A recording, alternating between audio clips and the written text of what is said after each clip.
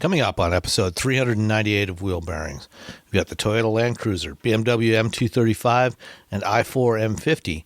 We also talk about driving the Lucid Gravity for the first time. Nicole samples some Cupras in Florida, and we've got the news from the New York Auto Show, including the 2026 Subaru Solterra, Trailseeker, and Outback, Kia's new EV4 sedan and K4 hatchback, Hyundai's new Palisade, a concept from Genesis and a race car, and new rules for automated driving systems in China. All that and more coming up next.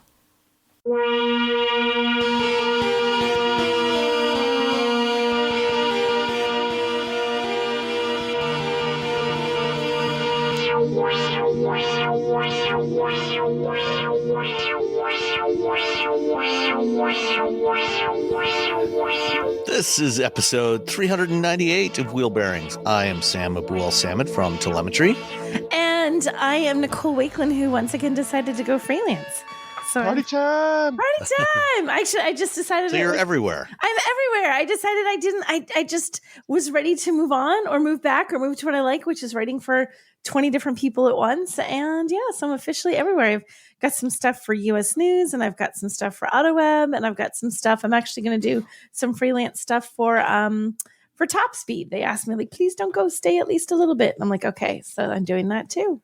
Cool. Yeah. Excellent. Yeah. It's Nicole. She's everywhere you want to be. I'm everywhere. And then there's that other guy over there. I am Roberto Baldwin from SAE International. I like it when you say it like that. It sounds so very fancy. I'm a fancy You're the man. fanciest of Robbies at 11:30 on a Sunday morning. Well, it's 8:30 for me. That's what I mean. So it's even more impressive because it's 8:30 for you. Yeah. I'm a little tired today and very sore. Why are you sore? Were you dancing like a crazy man or something? We had the show last night, one of the bands. So we jump around a lot. Jump around. Okay. If here's the thing, if you're on stage, if you're in a band, if anyone's listening, if you're on stage and you're moving around, dancing, jumping, whatever, that gives the audience license to do the same, and then they have more fun. There you go. So that's my tip. If you just stand there and do nothing, then the audience will basically do the same thing. Kind of, yeah. Oh, It depends on the music. I mean, if you're just playing dance music, you're probably going to get people as your set progresses, just because people loosen up a little bit. But if you come out guns a-blazing, pew, pew, pew, pew, people are going to have it's just giving people license to do things, to have some fun. Yeah, because they don't feel like they're the weirdest looking person on this out there, because that's the person on stage. Like, well, if this guy's jumping around. So if you set the bar low, then everybody else will have fun. I set the bar low for embarrassment levels, and then everyone else has fun from there. Okay, cool. So that's why I'm sore. So I took some Advil. I'm full of ibuprofen and Red Bull. I'm ready to party. And you're good? I'm goodish. Good enough. All right. Nicole, what have you been driving? I have two. Which one should I do first? Because you can see the show notes. Which one? Toyota. Okay, Robbie was vocal. Toyota. So I have the Toyota Land Cruiser 1958, which is... man, you got the cool looking one. I did get the cool looking one, exactly. So this is technically the base model, so it's cheaper. Like if you look at like the MSRP, relatively speaking. Yeah, well, yeah, it's not that much. 56.7 for the base sticker for the 1958.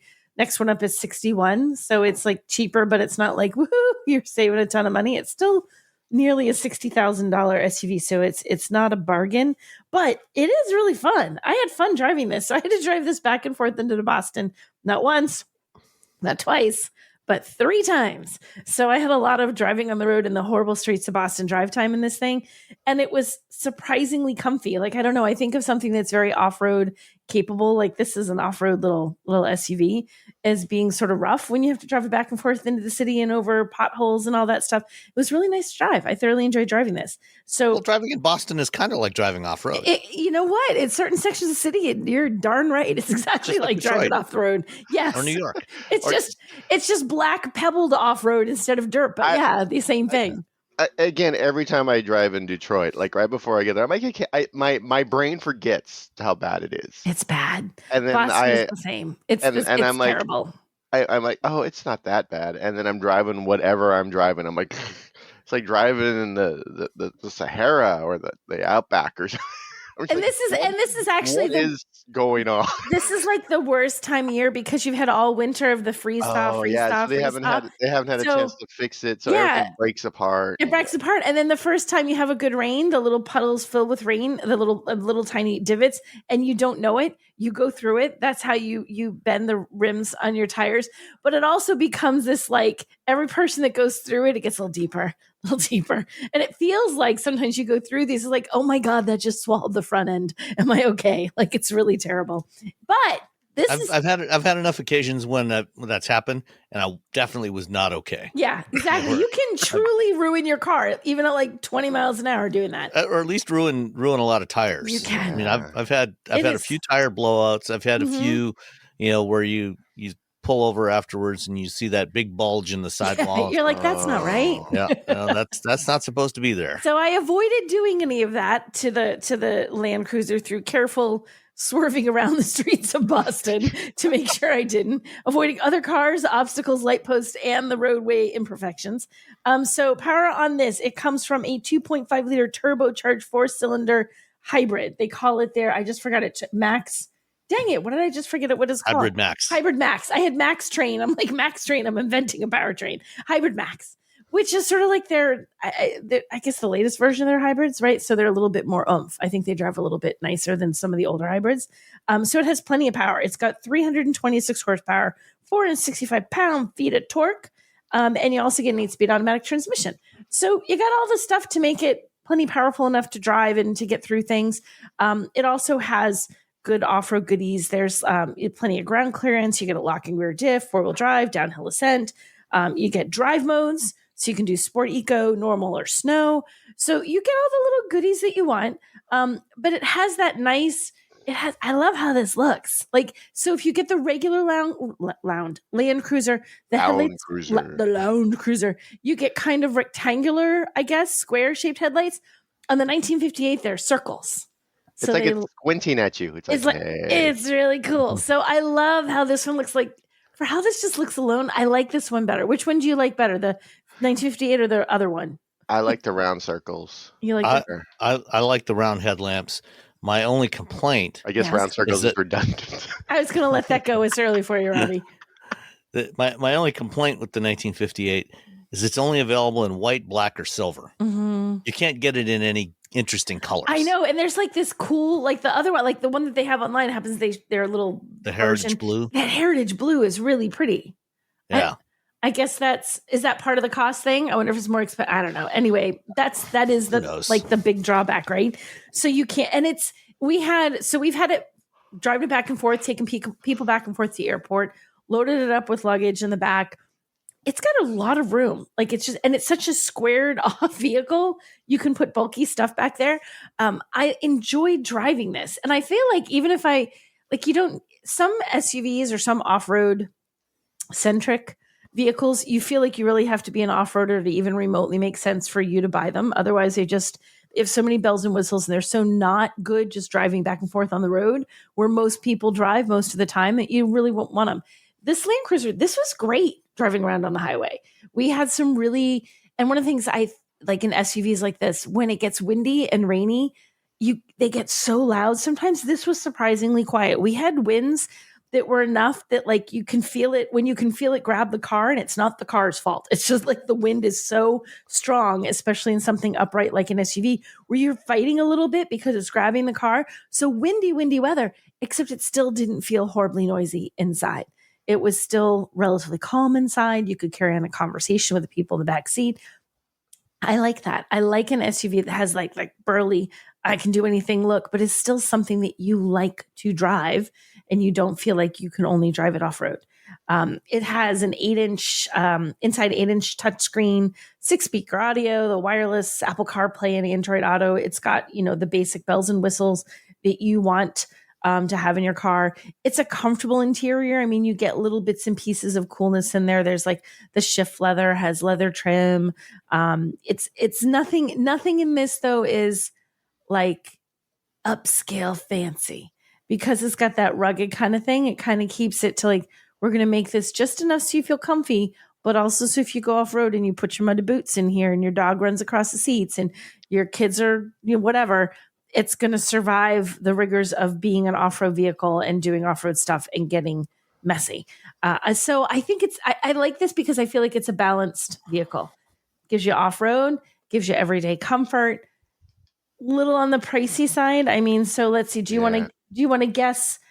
Mine had a few extra bits on it. What was the big extra bit? The biggest thing was, let's see. What is $1,400? The roof rack. The roof rack was $1,440. So that added a huge, I was like, what is $1,400? The roof rack added $1,440, but there's a skid plate on the transmission and then that add a couple, add some money to it. Cargo mat that's like carpeted. So I got a few little extra things. What do you think the total price of my Land Cruiser 1958 four-wheel drive wagon hybrid, as it says, came to? It starts at 56. 63. No, okay. No, you're wrong. 65. You're actually way too high. I almost said what it was. It's actually 59,979. Oh, okay. That's not bad. So, would you like to take a guess at destination, gentlemen?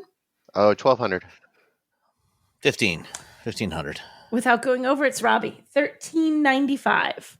Yeah. Wait. But I guess you're 14, closer. But Sam's closer. So. Sam's closer. Are we doing closer now? We're doing closer because the other way you could just cheat. Okay, not cheat, but like whoever was second automatically won. Sorry, you just get that taken away from you right away, Robbie. So Sam wins. So that's Toyota Land Cruiser. That's what I was driving around in this week, and it's still sitting in my driveway right now.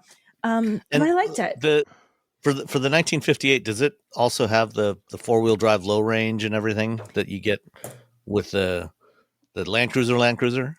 I think it does. Now you're making me try to remember because I didn't play around with that. I thought I had a 4-wheel low. I think it does. I'm almost positive it does. Yeah, I think it does. I'm looking at some stuff. It does have the locking rear differential. It does have a locking rear diff. I knew that. So it probably had that. has a 4-wheel drive low as well. Yeah.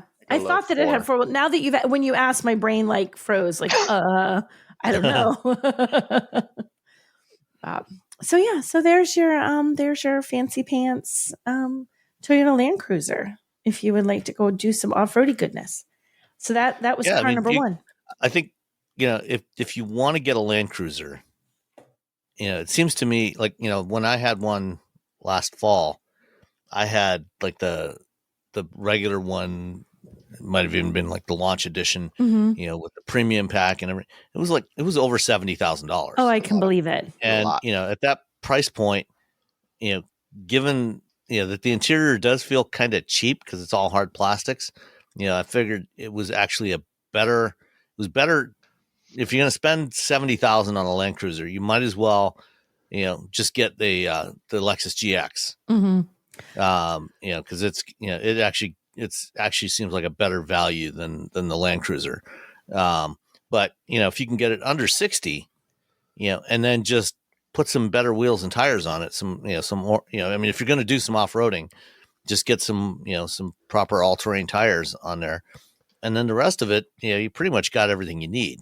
Well, and that's kind of the thing. Like if you're looking for, this is the sort of rough and ready off-road vehicle, like a full, because it's not tiny. It's an SUV that's a decent size. If you want all the fancy, like by the time you just go for the next trim up, you've spent so much money, you can get much nicer in that price range that really feels fancy. You know what I mean? Like this is you're looking for the rough and ready basic car, go for the 1958, do that. You'll have what you want to go off-road. You have a nice, comfortable interior that looks good. It doesn't feel cheap, but like you said, there's a lot of hard plastics, and which works for me weirdly on this, even though I'm not a fan of that overall, because the kind of nature of this car, this isn't trying to be like a fancy luxury car. I'm trying to pretend I'm luxury. It's like, nope, I'm the one that you can take and get muddy and dirty and it's going to be just fine. You haven't ruined your interior. So that works in the 1958. When you start spending too much on this, though, it doesn't match up with the interior. And then you're like, wait a minute, why do I still have that plastic? But now I just paid an extra $7,000, $8,000, $9,000, $10,000. Then just move to to a Lexus. So I agree 100%. I drove the regular Land Cruiser to LA. Yeah. I don't know, some point a few months ago. It was, I was surprised at how nice it was. Right. Driving it down to 1,000 miles to LA and back for band stuff. I thought it was a lot of band stuff comfier. in it. You So could that was fit, so on that real long road trip, comfy? Because I was surprised. It by how was very comfortable comfy. this I was surprised. I emailed Toyota because they have a mileage. Some automakers will put a mileage Yeah. cap on certain vehicles. And so I emailed, and it wasn't a big deal if they wouldn't let me drive it down there. I was just like, hey, I'm going to be driving to LA and back. I have your Land Cruiser. Do you mind if I drive it down there? If not, it's not a big deal. I have cars. I'm not. Mhm. But I figure, just see what this thing feels It's like. driving down there. courtesy to be nice and ask Courtesy, them before yeah. you do that stuff. Yeah. And the Toyota was like, yeah, sure, fine. And I drove it down there and back, and it was great. And I'm the singer, so I didn't have a lot of gear. So That microphone takes up a lot of space. yeah, I have like a monitor box, and you know what? I think on this show I actually brought my guitar and my amp, and the first Oh Lord, a guitar. there's an electrical issue with the first club, so we plugged my amp in. It wasn't working, so I'm like, I guess we don't need me playing guitar in this. Oh my so it's gosh. fine. we just added it to a backing track, and the next club, the next night, like we just didn't bring the amp out because we thought, oh, it's there's something wrong with his amp. It turns out it was just an electrical issue at the first club. Oh, I've been at using least that the amp is the okay. whole time. Yeah, but you can throw a bunch of stuff, and there's tons and tons of room still. So I could have picked up some friends if I had any, or stray animals. If It I would've been had a great. friend, I could have picked them up, but I have Yeah. no friends. They're all in the band, so I already pick them up anyway. Okay, so you ready for car number 2? Numero Yep. deux? Car number 2. Car number 2, not because it's second rate, just to clear this up, just the second car I'm talking about. I had the BMW M235. I have to read the whole thing. BMW M235 X-Drive Grand Coupe. Grand Coupe. Which really just like Grand Coupe, but yeah.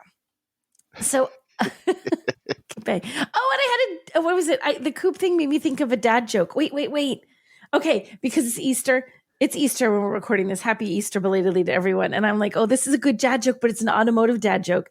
And one of his friends literally told it to Russ to tell to me. I'm like, thanks for submitting me to your dad jokeness. So it was about chicken coops. Why do chicken coops have 2 doors? Because they're Why? a coop. Because they're a coop. They can't have more. Because they're a coop. They can only have 2 doors. They had more doors, they wouldn't be a coop. Get it? Like Unless it was a Grand Coupe. Then it was, if it's a Grand Coupe, I guess you could, yeah. But yeah, why did chicken Remember coops when only coupe have only 2 meant doors? 2 doors and everything? I know. That's what Everything's I a was. coupe with 4 And I doors. literally thought of that when he said it. I'm like, oh, well, Oh. kind of. It's all Mercedes' fault. It's all. Yeah. Are They the started ones who it with did the that? CLS. Was it their fault? Yeah, because when they launched the CLS, they called it a 4-door coupe, and then everybody started doing 4-door coupes, Oh, so shake our fist. and then they started doing anger 4-door at the SUV Mercedes. coupes, and so blame it on the Germans. Okay. Blame it Stinking on Germans the messing up the coupes. So I had the BMW 2-door, whatever you want to call it. So this is a little bit more fun than a Land Cruiser. It's such a totally different car. It's not fair to even say that. It's not designed to do what a Land Cruiser does. Land Cruiser isn't designed to do what this does. So it has a 2-liter twin turbocharged 4-cylinder with 312 horsepower, 295 pound-feet of torque, 4.7 seconds 0 to 60 time, and a 7-speed dual clutch automatic transmission. It's fun. It's so fun. It is so much fun. What made it less fun, and I forgot to check the tires. I should look and see if the tires are on the Monroney. The one day, I'm going to look at that as I'm talking to you guys. The one day that I had it, the day when I had the most opportunity to drive it in what was a very busy week, because it's springtime in New England, we got snow. So I went out there and I started driving it, and I was like, what? This is entirely unfair. And I think, I wonder how much of a difference the snow is really going to make with whatever tires are on this thing. Let me tell you, I Summer tires. I gunned it a little bit, and the rear end's like, wee! I'm like, oh yeah, it's going to make a difference. Never mind. Yeah, I was like, never mind. I'll drive that a little bit more tamely. And I don't see, it doesn't tell me exactly. Sometimes it tells you on the Monroney what tires you actually have in the car. And mine, of course, does not tell me. But I'm betting I had some kind of like summer tire or spring performance something, because there's no way it should have handled like that with actual good old winter tires on it. Still, small issue. But I love driving it. I only had a very short time to drive this one. This is it's a fun, small, sporty coupe. This one was all-wheel drive. You can get it with rear-wheel drive. It's just a gas engine. It doesn't have a huge amount of cargo capacity. It's like 10 cubic feet for cargo, but it's just such a fun vehicle. And this with the M makes it all sorts of M fanciness. You get M everything. An M steering wheel. You get M seats. You get, put an M on it with a little blue and red and white logo there. And they M'd all the things, which just makes it it just makes it look that much slicker. I even like the sports seats. So sometimes sports seats, they're too stiff and they're too tight. You don't feel like you can relax. You feel like the good thing is they hold you in place if you were hooning around like an idiot, but most of us aren't doing that. Hopefully you aren't being a fool and, taking corners at 120 miles an hour on the highway. If you're track driving something like this, it's great. But otherwise, I'm not a huge fan of sports seats because I just don't find they're comfortable on longer drives. When you want to relax and be comfy, they're not. Do you guys like sports seats as a rule? For some reason I fit pretty well in a majority of sports seats, so they're actually kind of comfortable for me. So you like them. What about you, Sam? I do too. Wow. Like I said, most of them, not all of them, but most of them, I've even, despite the fact that I'm not particularly slim, most of them I actually fit pretty well in. And, especially like a lot of the BMW sports seats have adjustable thigh bolsters. Mm-hmm. So like my proportions, my femurs are long, I'm long in the torso and long in the top half of my legs. And so I like having a little extra thigh support.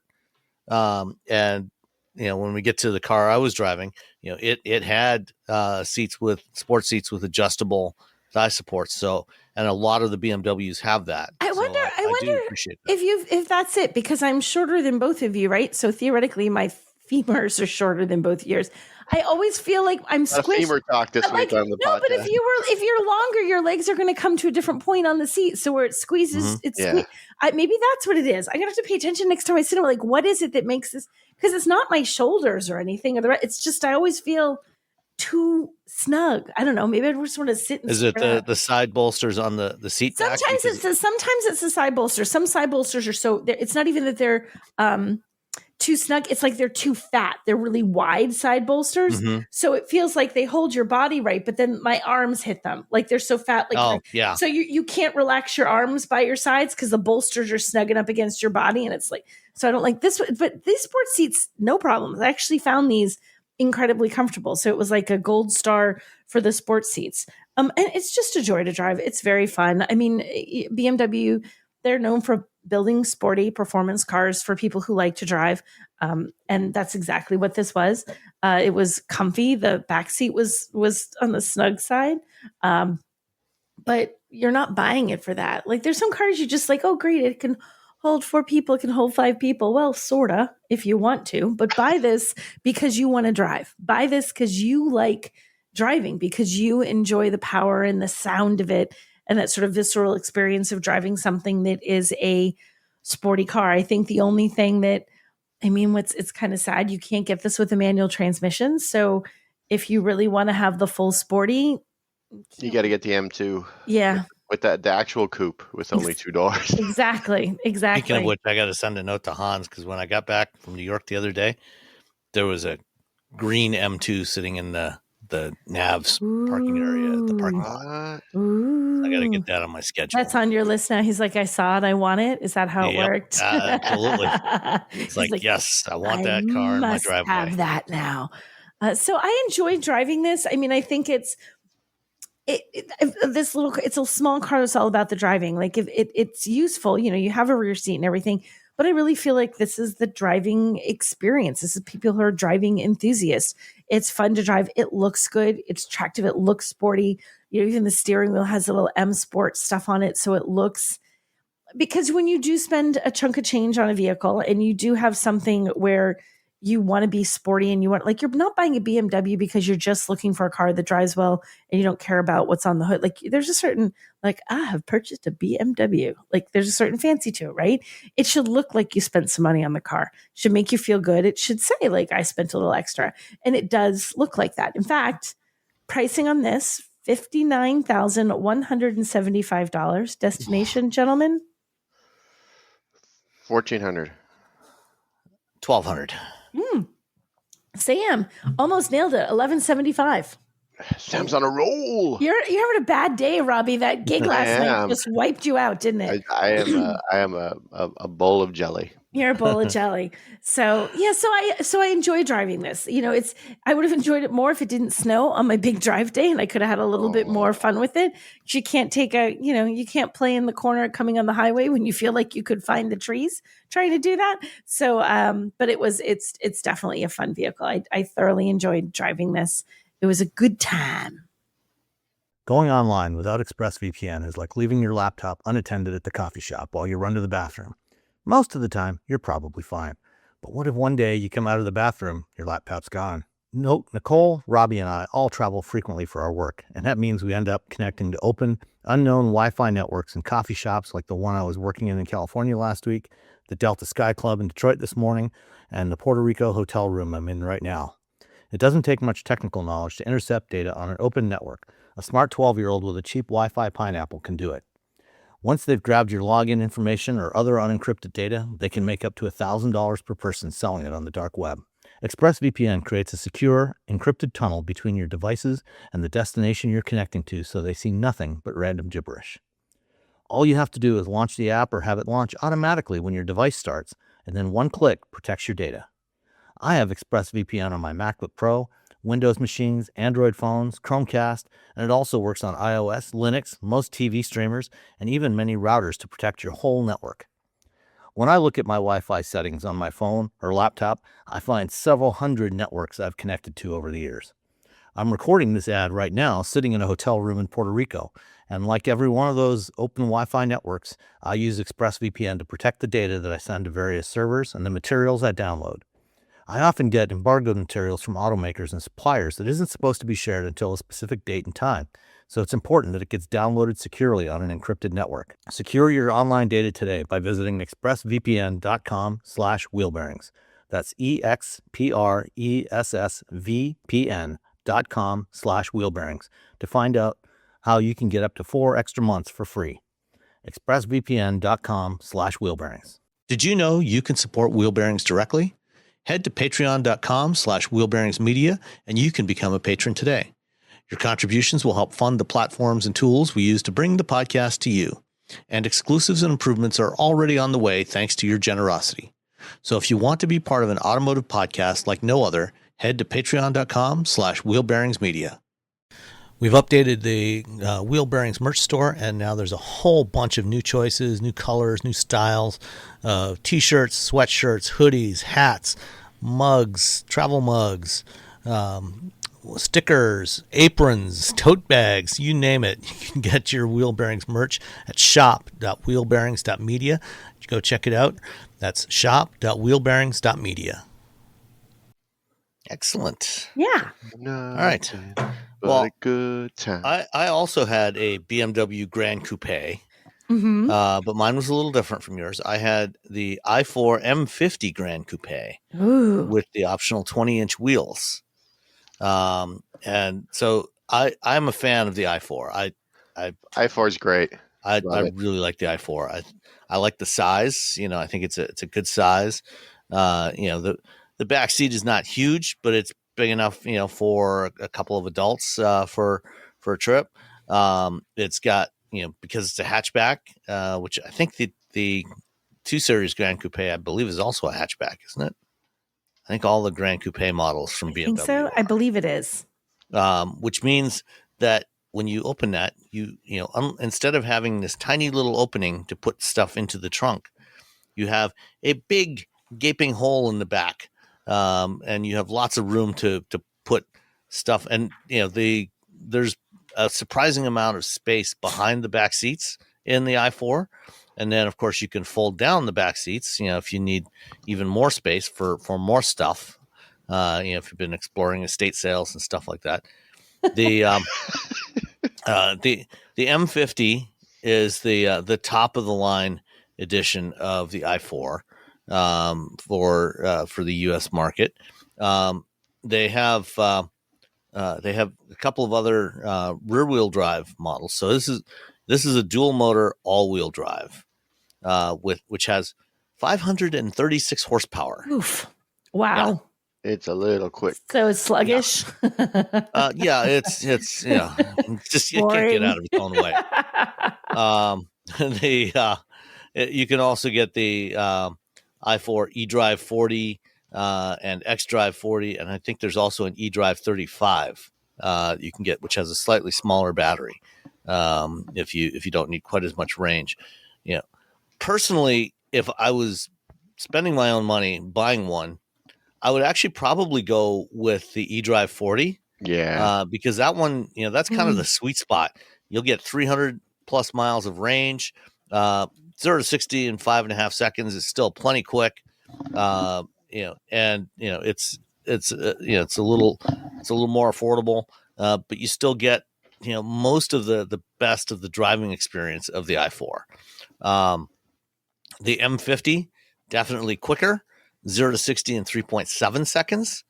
I think I had the i4 probably about the same time that you were driving that M235. Mm-hmm. And it did get cold here. It did not snow while I had it, which was good because it was on Pirelli P0 summer tires with the optional 20-inch wheel package. But it got down to like the low mid 30s, which is not ideal for summer tires, but it was, at least it didn't snow. So it did fine. It's got, this is a really nice handling, nice riding car. I've previously used the i4 eDrive 40 for a road trip to Wisconsin and really enjoyed that. I didn't do quite as much driving with this M50, but still had a really good time with it.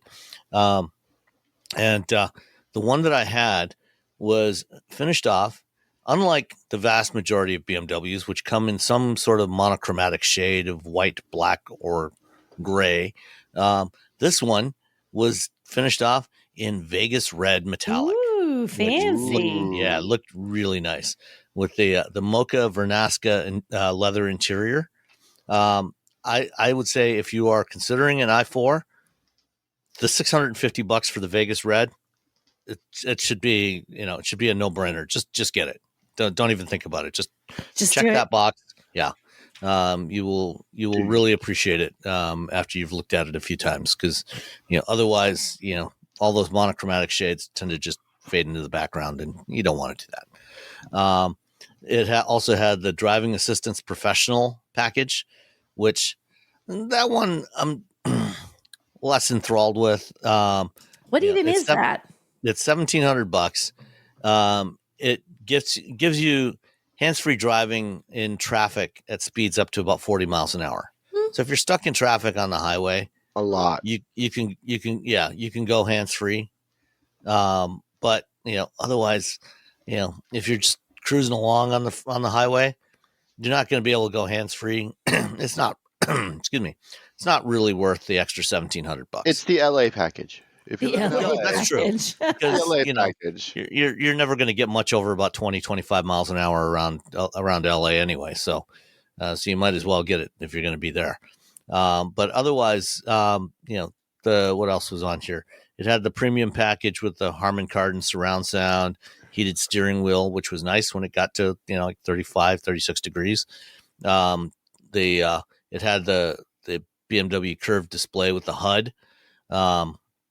It also had the M technology package and the 20-inch bicolor gunmetal gray wheels. Those were really nice. The M Sport package was all included. So The only downside, I would probably skip for most driving, unless I would say for most driving, you probably are better off to go with the base wheel and tire package, which is 19-inch wheels. Because when you go to the 20-inch wheels, with the Pirelli P0s on there, the range drops off by about 40 miles. So it's about 267 miles with the 19-inch wheels. And when you get the 20-inch wheels, it drops to 227 miles, which is not ideal. But like I said, really the sweet spot is that eDrive 40 with the 18-inch wheels, 318 miles of range. You will really get that 300. It's a real 318 miles of range. It is. BMWs are really good at hitting and exceeding their EPA ratings on range. They're surprisingly efficient, surprisingly energy efficient. So you should definitely consider that one. But even if you want the faster one, just go for the 19-inch wheels. You're not going to gain a significant amount of performance with the 20s. Might look slightly, it's 1 inch bigger. 19s are still big wheels. So just get the 19s and go for the extra 40 miles of driving range. Other than that, let's see. Grand total on this one came to $80,775. Guesses on destination charge? I'm gonna go. I feel like I can't say what it was in the other one. I'm gonna say 14. Sure, you can say whatever you want. I'm gonna say $12.95. 1,200.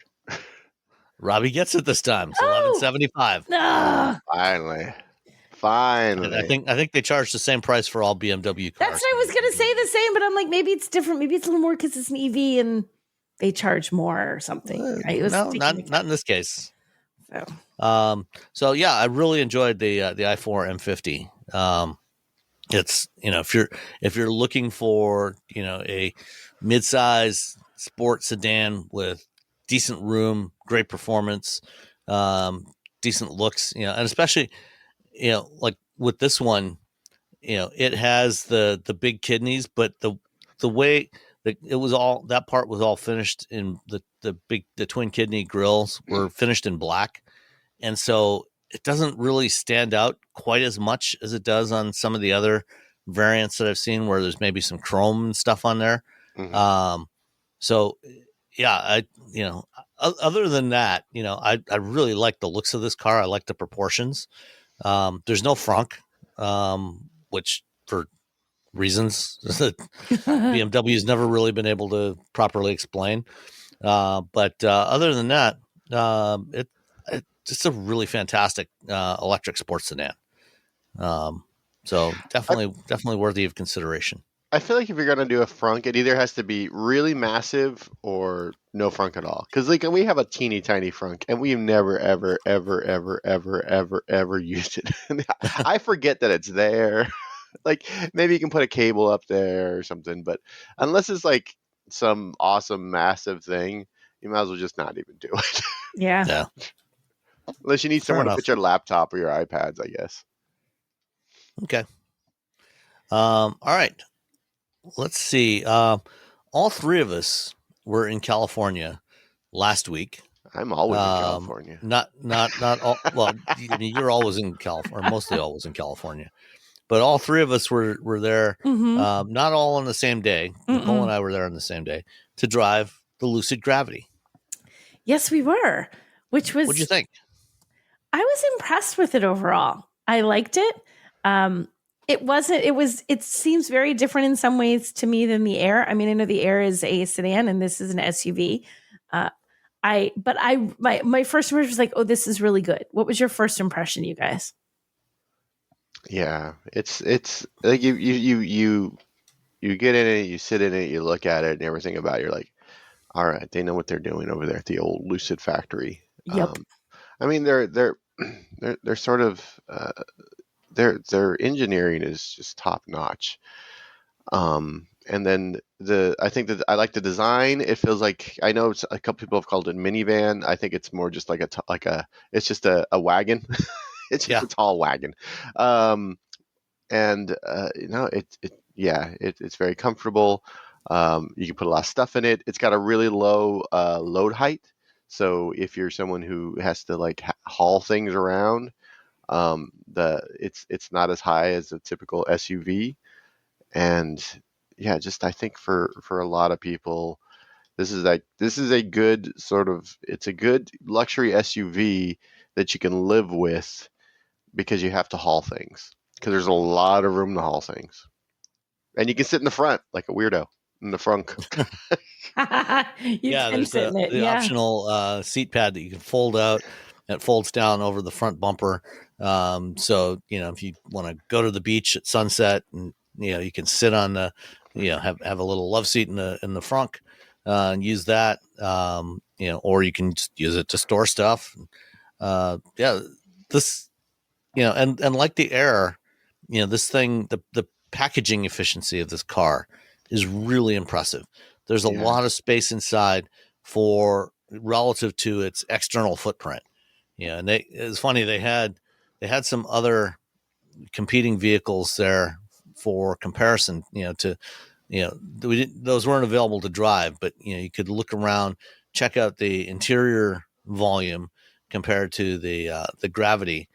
And they had a BMW EQS, a Mercedes EQS SUV, a BMW X7, a Cadillac Escalade IQ, and was there something else too? Oh, a Rivian R1S. Yeah. And you can see that, as with the Air, they did an amazing job on packaging this vehicle and making the best use of the volume that's there. So you get decent room in the back. Even the third row, for somebody your height, Robbie, Yeah, my head hits little- the top of the glass in the third row. Like it's like right there. Like I can barely put my fingers in between my head and the glass. So don't put tall people in the third row, which is sort of, but I had leg room. So there you go. So like somebody my size can fit just fine. Yeah, a regular human is totally fine. A regular human. So the drive route, the morning drive route took us from Los Olivos. We drove up, did a little bit of highway route, and then up through the mountains. And the ones that we had, the cars that we drove on the road, were Grand Tourings with the optional 22-inch wheel package with the summer tires. What did you think of driving that, through that kind of environment? I thought I was impressed with how fun it was to drive. Like it's truly a fun it's not little, it's a fun big car. It was easy to drive. They had the drive modes. What were the drive modes again? There's smooth, Swift, and Sprint. I think. Sprint. And so the fastest one, not the fastest, the sportiest one, Sprint. I liked that. When I didn't have it in Sprint, I found the twisties, it was a little harder to control. Like it felt a little bit more its way.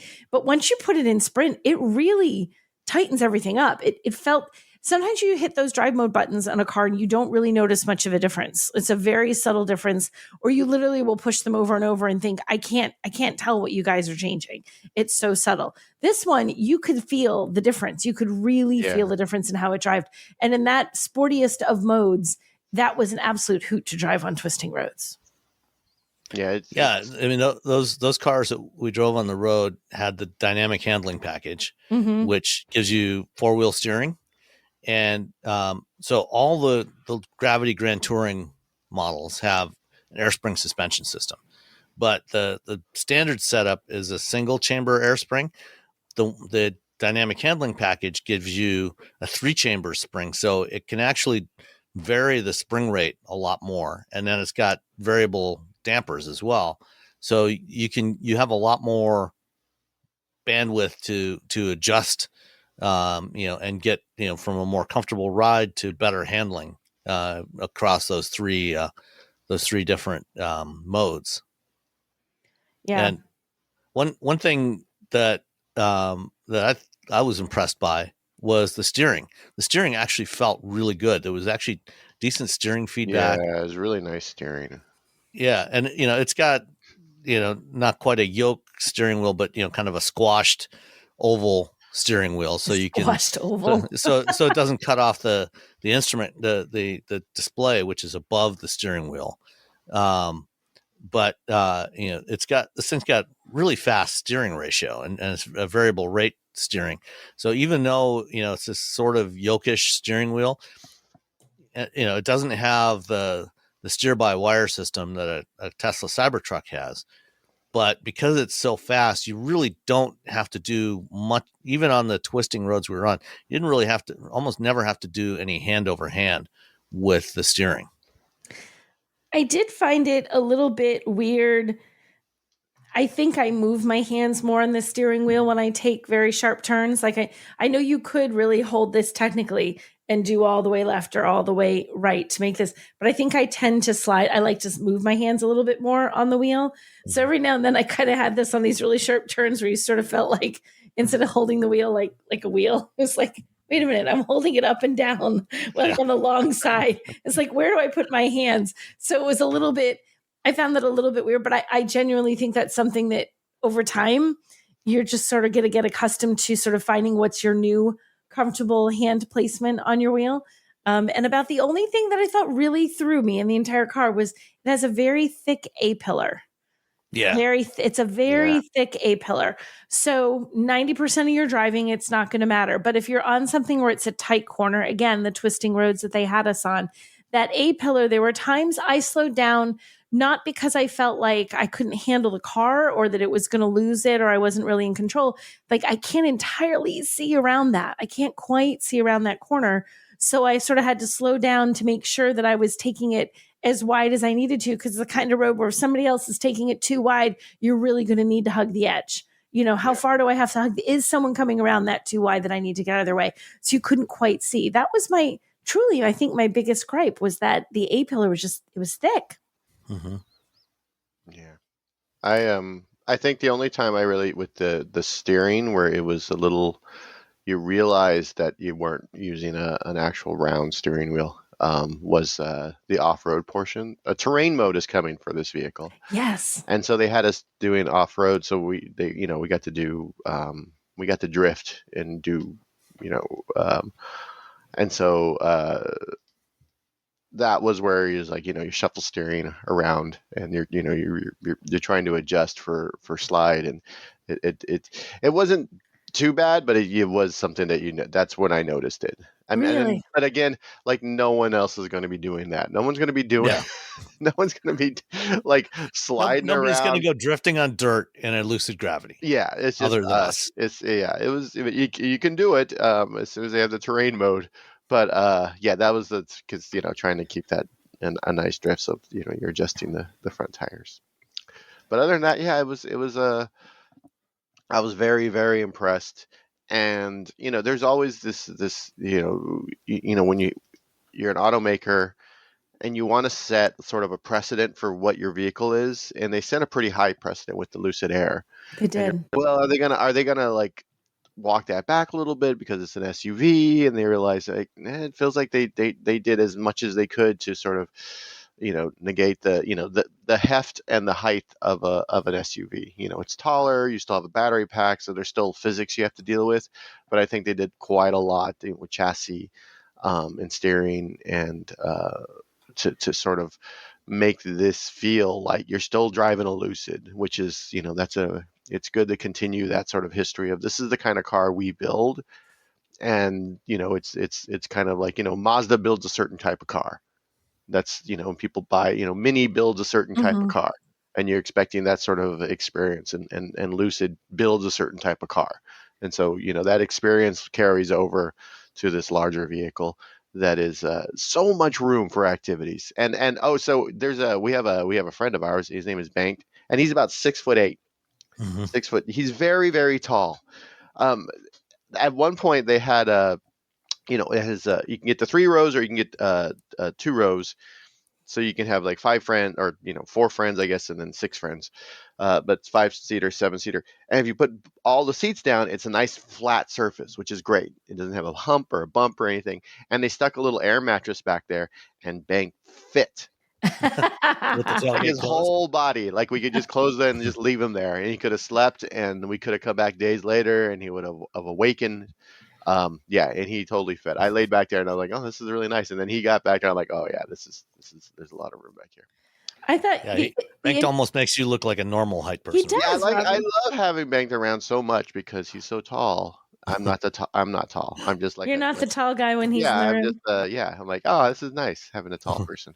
So when you're talking about them, keeping the not like dropping the ball from the air to the gravity, it was interesting. I had a conversation with their person who designs that does like color and materials and things. Nicola Danks is her name, and she talked about how they picked everything for the interior, and she sort of talked about even in that regard, they were trying to make this still feel like a Lucid, still keep the Lucid Air vibe, but the Lucid Air is probably not a family vehicle. It's a luxury sedan. Whereas this one, they know there's going to be kids in it, and they talked about how they pick different colors. Like the floors aren't white. Like you can't get a white floor in this like you can in the Air because kids. And this is a Yeah. dark carpet on the floor, and how they were working with the materials. And she's talking about the materials that they did. It's like, no, it's got to stand up to the fact that even though this is a really nice, beautiful vehicle, that it has to be a beautiful vehicle that can handle having kids in the seats.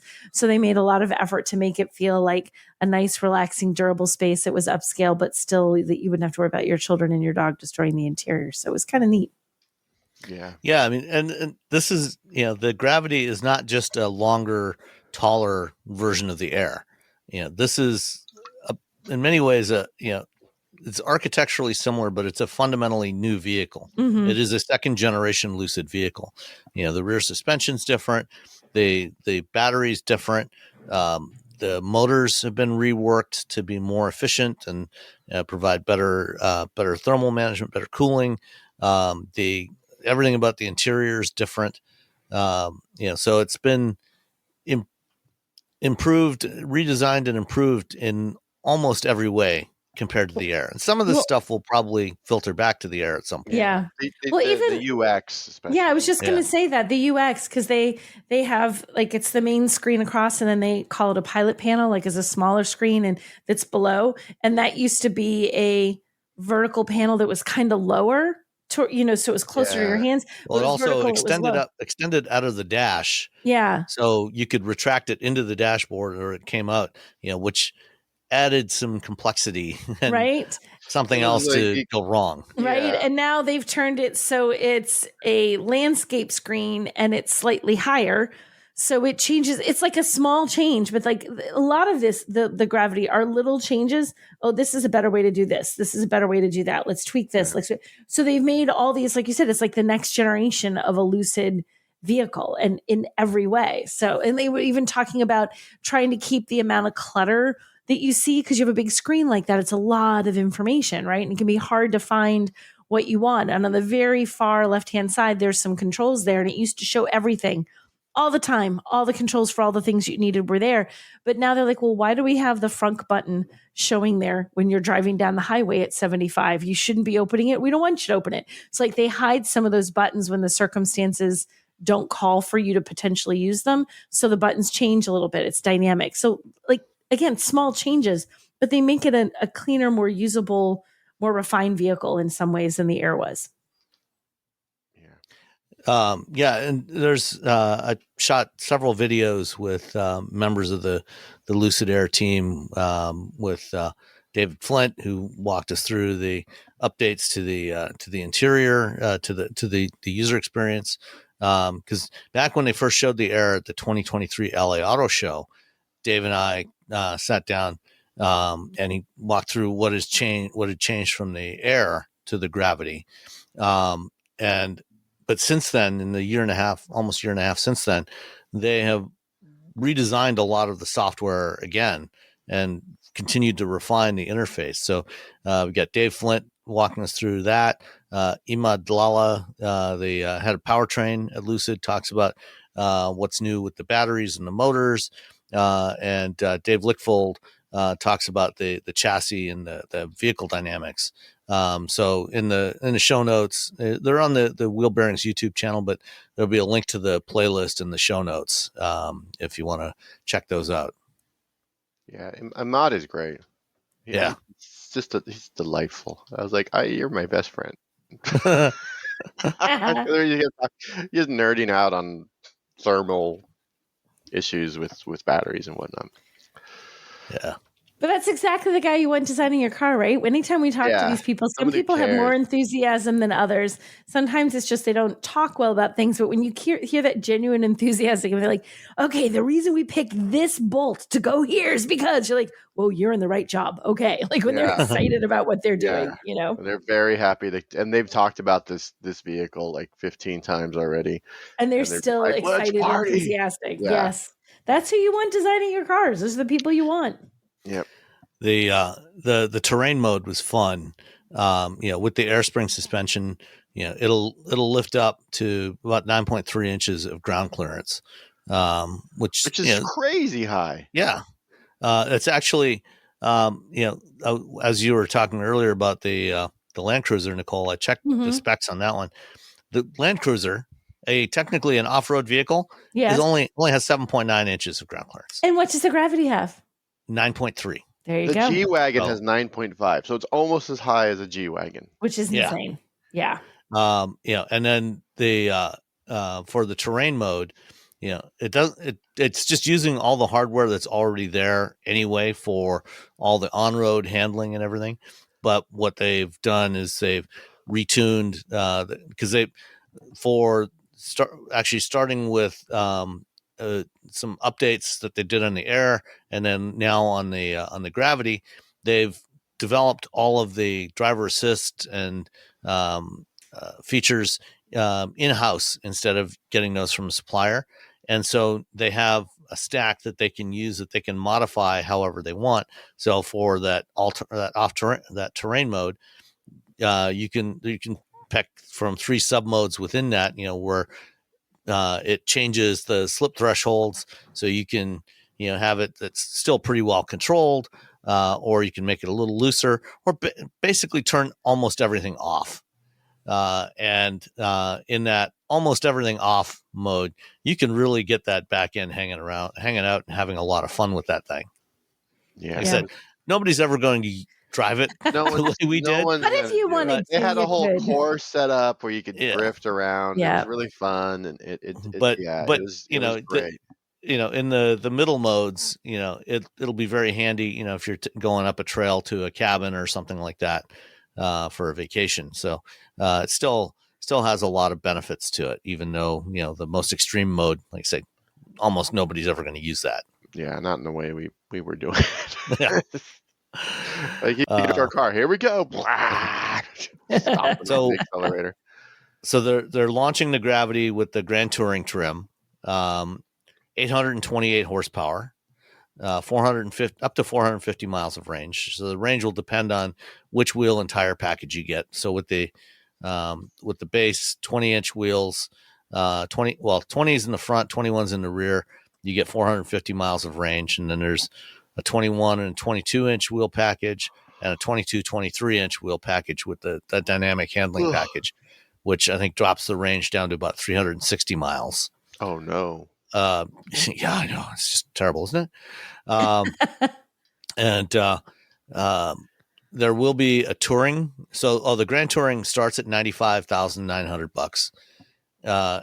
As we drove it, with the dynamic handling package and everything, basically all the options on there, it was about $120,000. The touring will start at $79,000, and presumably at some point they will also add a pure trim like they do on the Air, which might be like low 70s. Pure Air is the best Air, to be honest. It's just all the things you want, and all the other stuff is nice, but it's just like, I don't really need this, and I'm saving a bunch of money. So I'm assuming it's going to be the same with this. Yeah. So, not cheap, but if you're looking at, premium, 3-row electric utility vehicles, this is absolutely one that you should consider. And I added up based on the number of miles we drove and the percentage of the battery consumed during our on-road drive. We were driving fairly briskly. Let's put it that way. And going, climbed, had quite a bit of elevation change during that drive, and it worked out. It would have worked out to equivalent of about 270 miles of range with the way we were driving. In more normal, sedate driving, you would have no problem at all hitting that 360. And the Gravity is shipping from the factory with a SAE J3400 charging port. And one of the other changes from when they first showed it in LA a year and a half ago, it originally had its charging port up on the left front fender, the way the Air still does. But they subsequently moved it to the left rear corner, so that it will actually be able to reach to superchargers with the short cables that they have on superchargers.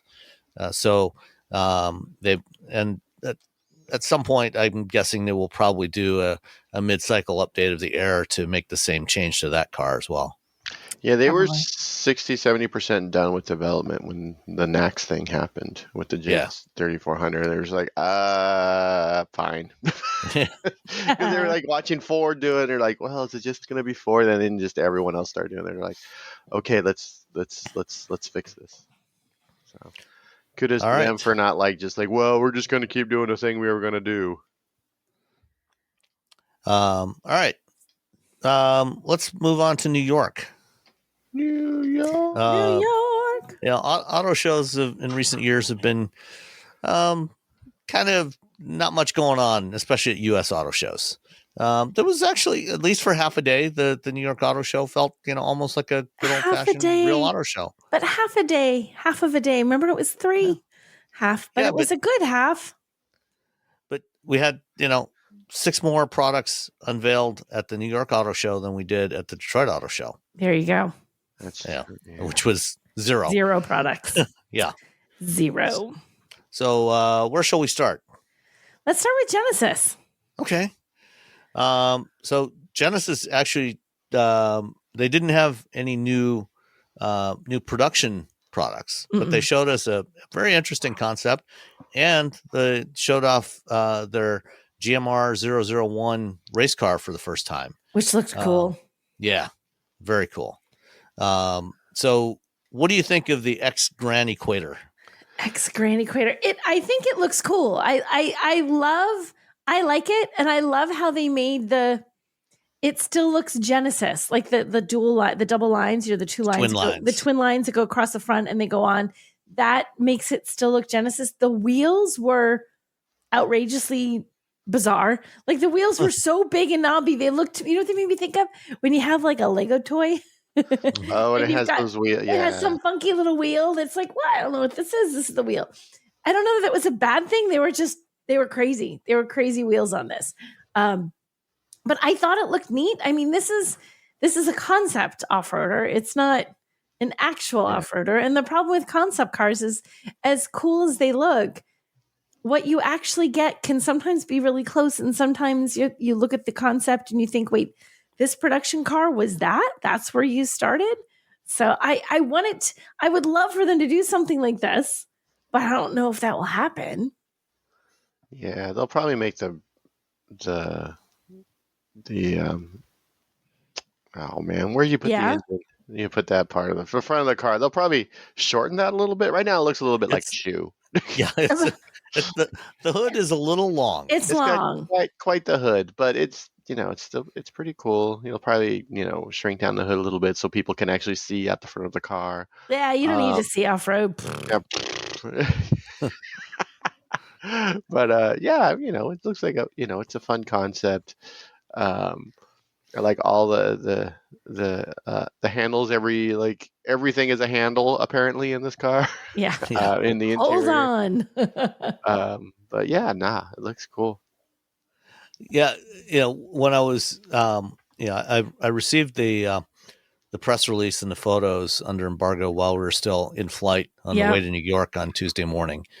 And I'm looking at these photos, and then I read the press release, and one of the interesting details, you mentioned the tires, Nicole. Yeah. For off-road vehicles, they often put what they call beadlock wheels on there. So what those are designed to do is actually hold the tire bead in place, because when you're going off-road, on really severe terrain, if you're get up against a rock or something like that, sometimes it'll actually pop the tire bead out of the rim, and then you lose all your air pressure. Right. And in fact, when we were at the Gravity Drive, that actually happened with one of the cars. They debeaded one of the tires. It was actually Dave Lickfold, I think, was No driving way. it.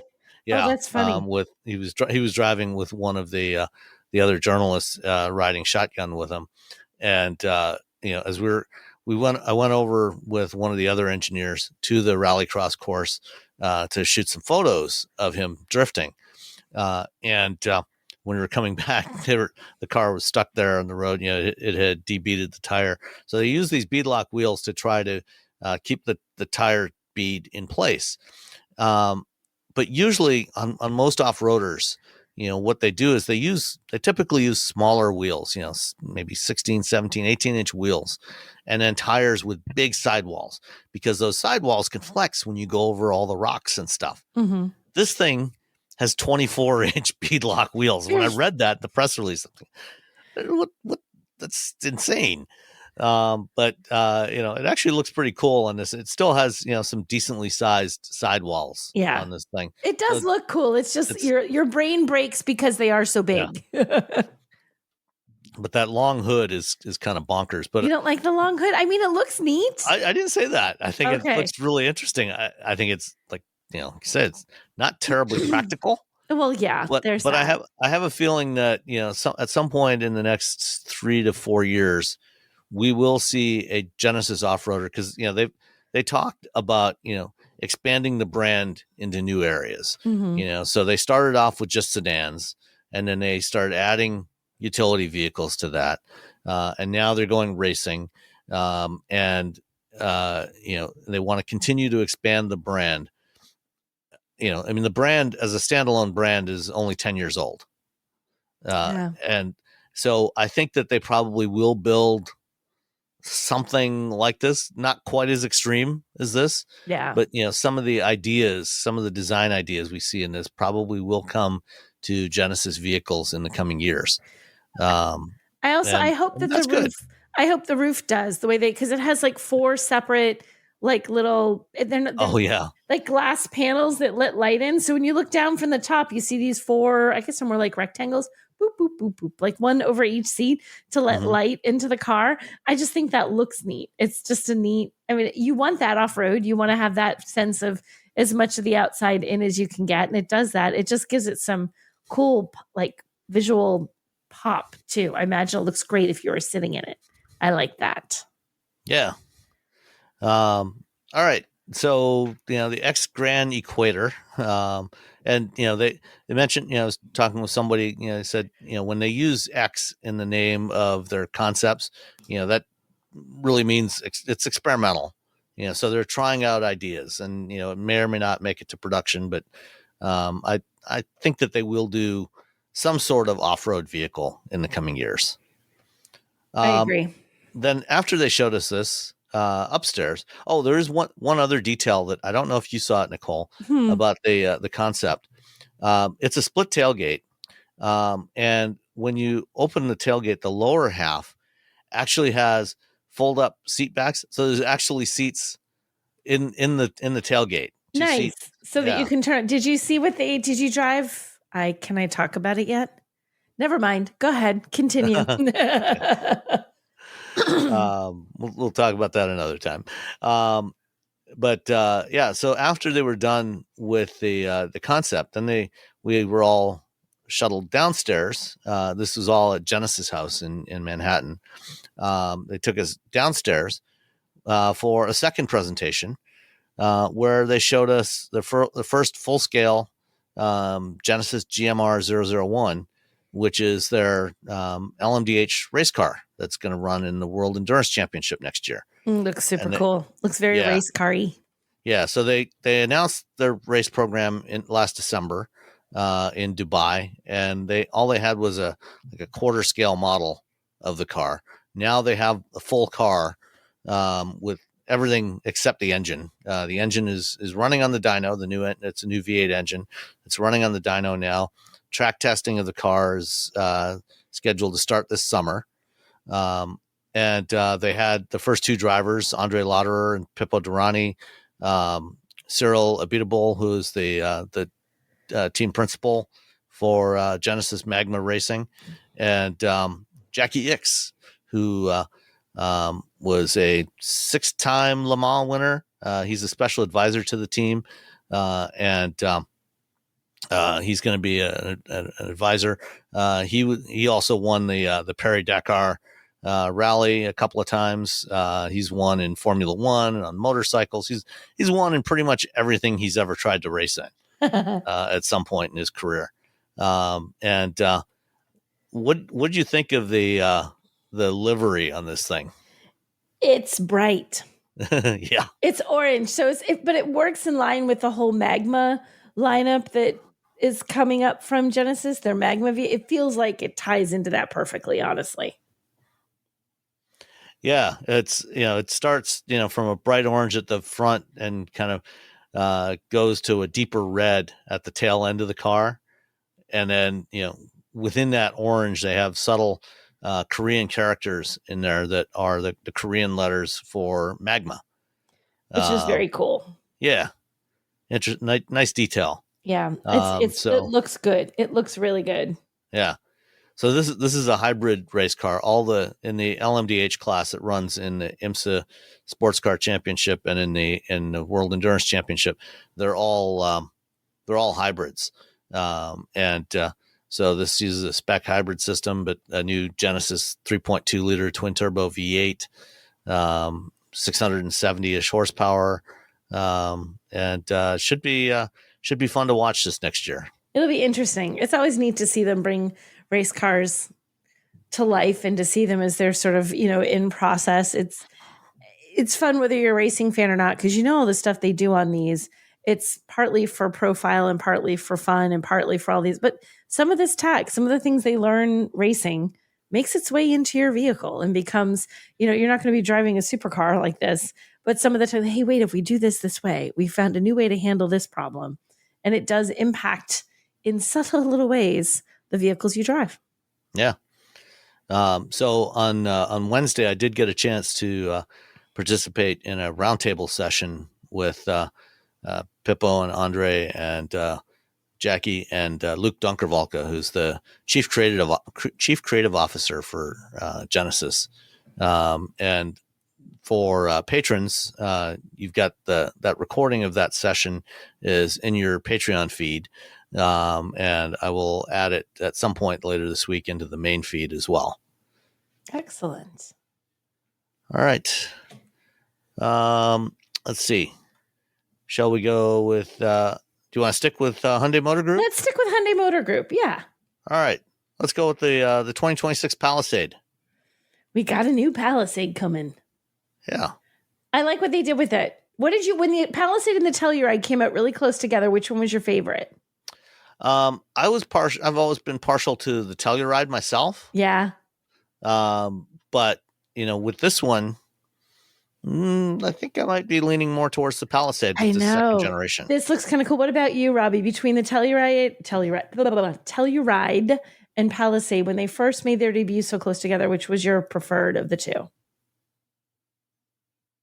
Robbie, you're muted. Robbie, you're muted. It's like it's 2020 all over again. Sorry. I have a runny nose, so I keep muting myself. So now everyone knows. So everyone knows he's my sniffling. nose for the last hour. So what was your the Telluride was sort of the same? go-to. I feel like everybody liked. I feel like Telluride just edged out the Palisade a little bit. Yeah, it wasn't the Palisade was bad. It's just that the design of the Telluride was just so much. And the nicer. Telluride was so good. I feel like Palisade is like, this oh new yeah, Palisade, though, second now time around, we're coming out like, swinging. we got this. We got to beat. We're gonna beat them this time. I like how this looks. Yeah, no, it looks cool. The wheels, the- and everything. It looks good. Yeah, the interior looks really nice. Looks very upscale. Mm-hmm. It's about 2 inches longer body, 2 inches longer wheelbase, so there'd be a little more room in the third row as well this time. There's a lot to like about this car. I kind of love the grill when you look head on. Like so much of a car's personality is there, right? It's a lot of the times how you can tell cars apart is you can look at the grill and you can see distinctive elements. The grill on this is really in your face. And I like the lighting, the way the lights are. Like there's like what, 1, 2, 3, 4, like 5 little bars kind of go from top to bottom and they angle in a little bit more on the bottom. It's different. And like Hyundai did such cool stuff with the Santa Fe where there's like the H sort of pattern all over. I feel like, again, they're like, well, we got to do something cool with this one. And they give this really cool lighting and it matches in the back. So it's, I love how this looks. Yeah. And, in this green that they showed it in at the show, that's, I think in the sun, I think this thing's going to look fantastic in that shade of green. That green makes it look it's sort of that like dark metallic-y kind of green that almost has a little like blue undertones to it. It's a beautiful car. And I think it needs to be attention getting because this is a really competitive segment. It's, and there's a lot of great options. So I think what they've done with this is going to make it more appealing for people. It gets a hybrid powertrain now. And you still have the V6 as standard. Yes. The hybrid is optional. But you have the option for hybrid. And whereas people are leaning like, I don't want to go electric, but maybe want a baby taste of electric. Now you can get that because they're hybrid. And they also get an XRT Pro trim. So you get an off-roady trim of the Palisade. Because you can't introduce a utility vehicle without an off-roady trim anymore. Correct. It's required. It's absolutely required, or they won't let you put your car in the market. Government's like, no, go back to the work on that one. Yeah. Right. So they, you're just looking at it. You're reading a press release. You're looking at them all on the floor. You're not really driving it or getting to experience it yet. So it's all very just first impression kind of stuff. My first impression is that this is good. This makes a better first impression on me than the first Palisade. Yeah, I agree. So, the XRT Pro, because they had an XRT for the last couple of years of the current generation after they did the mid-cycle refresh. Right. The XRT Pro is meant to be even more capable. It's the first Hyundai with the XRT Pro badge. Right. So it's not just it's not just an amateur XRT. It's a serious. They mean it with this XRT. Yeah. So a while ago, when they Hyundai did a now like notorious drive program where they had us take the Palisade off road around the Biltmore Estate in Asheville. There was a cool dog. There was a cool dog, but it was just not. They build up the off road thing really, really hard on that, and that's not what we drove. So I'm feeling like almost like, all right, we'll come out. And now not only will we make sure there's an XRT, it's the XRT Pro. We're going to take these guys into Moab. We're going to show them what's what. Like, I feel like this time they're not, they can't. They're going to go quite that far. But. I know, but you know what I mean? It feels like they're like, we're really going to do it this time, guys. We mean it, So I'm hoping, in the press release images they have a couple of photos of this driving around real fast in the dirt. It's out there in the desert. So I'm hoping that we'll have a little. You do realize that these are all just, photoshopped. I know, but no, that's not what this was shot in a studio. That's not what I mean. I mean, they photoshopped an image of it out there driving in the desert, which implies they expect us to think it will do that. So therefore it should. So I feel like that the XRT Pro will actually have some meat to its off-road capability a little bit. Yeah. I mean, in addition to just the usual, cladding and, some lightweight all-terrain tires, this is, they've added an electronic locking limited slip rear differential. It's got a 1-inch lift, so it's 8.4 inches of ground clearance. Still not as much as the Gravity, but it's an improvement. Better approach and departure angles. the blind spot view monitor.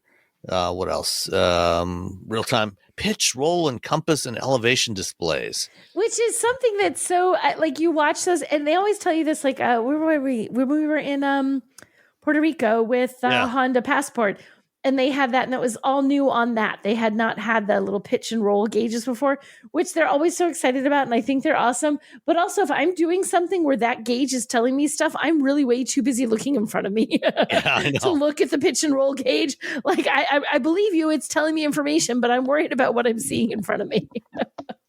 And of course, the most important element of any true off-roader, yes, it has recovery hooks on the front. Bright red recovery hooks. I was just going to say, what color are they? Bright red? Okay.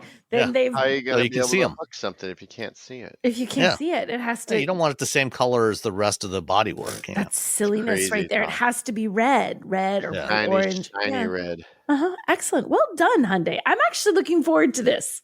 I'm looking forward. I'm hoping that it's an improvement in all ways on the last Palisade, which, like you said, wasn't bad. It just somehow didn't quite meet up with the Telluride. I feel like I like to see it come from behind and maybe get a win this time. Yeah. All right. Let's see. All right, let's go Kia. Kia. Let's see. Okay, I think one of these I liked and one of these I did not like. Okay. Wait. Well, first of all, we started the day on Wednesday with the World Car Awards. Yes. And as usual, Kia,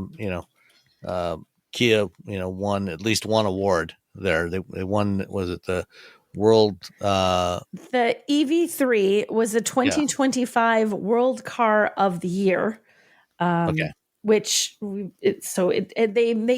do a really good job of making sure we can all drive these cars because we don't have this here. So they have them they do that LA test drive before the Los Angeles Auto Show. And we all had an opportunity to drive it very briefly, but enough that everyone between the world and us was really impressed with it. The world. Can I just say one of my favorite cars I drove in the whole year was the World electric vehicle, the Hyundai Inster or Casper Electric, depending on where you live. It's either the Hyundai Inster or the Casper Electric. They marketed it under different names at different places in the world. None of those places are the United States, but I love that car. I loved that thing. It is the cutest, most personality-filled little tiny EV that would just be perfect for someone who needs just a tiny little car, city car, or whatever. It has so much personality. It was so much fun to drive. I wanted it to win a thing. So World Electric Vehicle, I was excited. But yeah, the Kia EV3 was World Car of the Year. And they have confirmed that the EV3 is coming to the U.S. market in the first half of next year. Yeah. So we will get the EV3. And unfortunately, because we are getting the EV3, we are not going to get the Kia EV4 hatchback, which is actually the one that I really want. I know. We all kind of want. But we are getting the sedan. It did. I mean, the hatchback looks so good. Yeah. It looks good. But we don't, all three of us know this. All of our listeners know this, that this is a cute, fun little sporty hatchback. So nobody will buy it.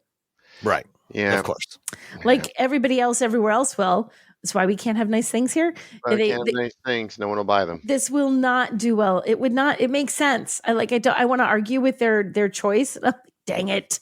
They're absolutely right. Dang them.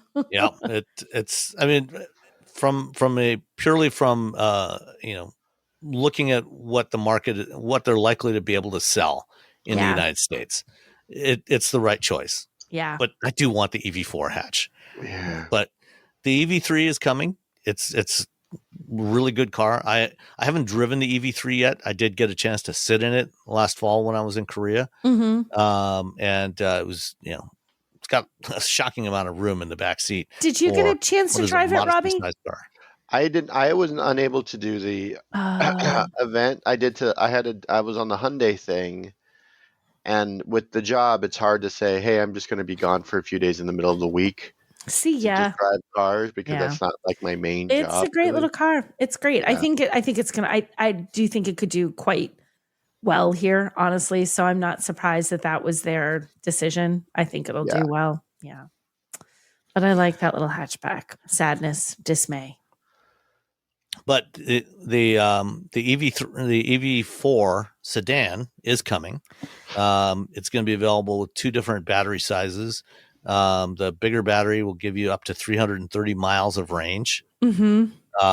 It's only got the 400 volt version of the eGMP platform instead of the 800 volts, so it's a little more affordable. So it won't charge quite as crazy fast as an Ioniq 5 or an EV6, but it will. It should still do pretty well. So, do you guys like how this looks? The EV4? Yes. Honestly, no. What happened here? I was standing. I was standing with 4 other people when this went on this, like, we saw it, and we all went, ooh, and like we looked at our faces, and all of us had this, what, huh? And then it's got some weird lines. Well, and then someone said, and it was like, they're showing you the reveal, and it's like in videos and stuff, and it's kind of like the reveal images were like distant images, sort of maybe close up. And as she said that, it's a close up shot. She's like, oh no, it didn't get any better close up. No, I don't. What the back? What? I don't like this car. I don't like how it looks. I love you, Kia. I can't figure this car out. Well, I mean, the back end actually does look a lot like the K4 sedan. You know what I see when I look at it for some reason? All I can see is a Toyota Prius. I don't know why I see Prius in the back end of that car, but I look at it, something about how it's shaped makes me, I know, that's just me. Okay. It makes me think of a Prius. And there's like 850 different angles on that back of that car. I counted. There's 850. And all going in different directions. All going in different directions. I don't know. Maybe this will grow on me, but I'm not a fan of the style of this. Yeah. Do you like it? Do you like this? Like, did you look at it and go, not wow? Especially, no. What about you, Robbie? That's why I want that's why I want the hatchback. The hatchback, actually, the whole back end is completely different, and it looks so much better. It's a very weird back end. It's like you got like 3/4 done with the car, and they're like, oh, we got to do a back, and they're like, they just grabbed something and shoved it on. Like there. We had this in the parts bin and that in parts bin and that. Let's say we have enough parts. Okay, this, and this. Smoosh, smoosh, smoosh. This all works. I'm I'm wondering like how's the trunk open? How's it what is the benefit of this back end? Is do you have a lot of trunk space? Can you fill? Because it looks like there's a lot of space for your stuff. I think there's a decent amount of trunk volume, but as we talked about earlier, like with the BMWs, not a huge opening. Yeah, so it's not. It looks like it's a hatchback. No, but when you look at the seams, like if you really eyeball the seams, it doesn't seem like a very wide opening. Like no, it's not. I saw it with the trunk open. You did see it with the trunk open. It looks like just a has very regular old trunk. Yeah. So I haven't seen it in person. I opted to stay home instead of going to do the auto show. It's an odd car. Like sometimes I'm like, oh, and then sometimes I'm like, you know what? It's weird. I like weird things. So we'll see. Maybe I don't know. Later maybe on. I'll change when maybe once I drive it, I'll feel differently and see it and get some time with it. But at the moment, I'm a little like, the inside looks great. I have nothing to knock on the inside. The inside looks fine. It fits Kia's vibe and it's attractive, eye-catching, all the things that you would expect. But the exterior is not working for me. It's not. It's just not. It's Kia's Aztec. I don't know. We'll see. Maybe people love this thing. We'll be like, oh, I guess we're the weirdos. I know we'll have to. Right, we're the weirdos that want the hatchback and don't want this. It is very weird that they essentially it looks like a hatchback. It is, but almost. It's not. It's almost, the design is that of a hatchback. Yeah, it should be a hatch with that rear glass opening with the. Opening up, right? Like the Grand Coupes or the Civic hatchback, the current Civic hatchback. Yeah. I feel like if they just brought the hatchback, it would. I guess when they're like, well, we already have the EV6 as a hatchback, so we got to do something different. I guess I don't know. Yeah, but if you want something, a little bit smaller and more affordable than the EV6, I think the EV4 hatch would have been a great addition to the lineup. Yeah, and then you got the EV3 coming, which looks dope.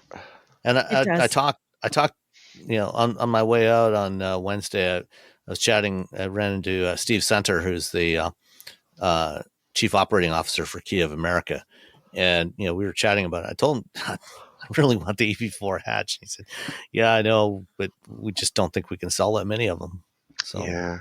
Well, I mean, the EV6 compared to the Ioniq 5 just isn't selling as well. yeah. I think they're like, well, Americans don't like hatchbacks, I guess. Even though we like them, everyone else is like, well, I don't Meh. know. But we are Well, getting the I K4 don't want- hatchback. Yeah, that's true. Well, the K4 is like a little. Yeah, that's true. I don't know. Mini wagon. It's a little wagon. What do you think of the K4 hatchback, Nicole? K4? The K4, that K4 was.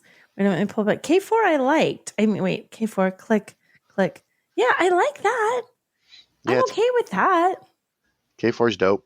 I like it. Just I love this gold color, whatever the color is in the press kit. I don't know what I do not know what this.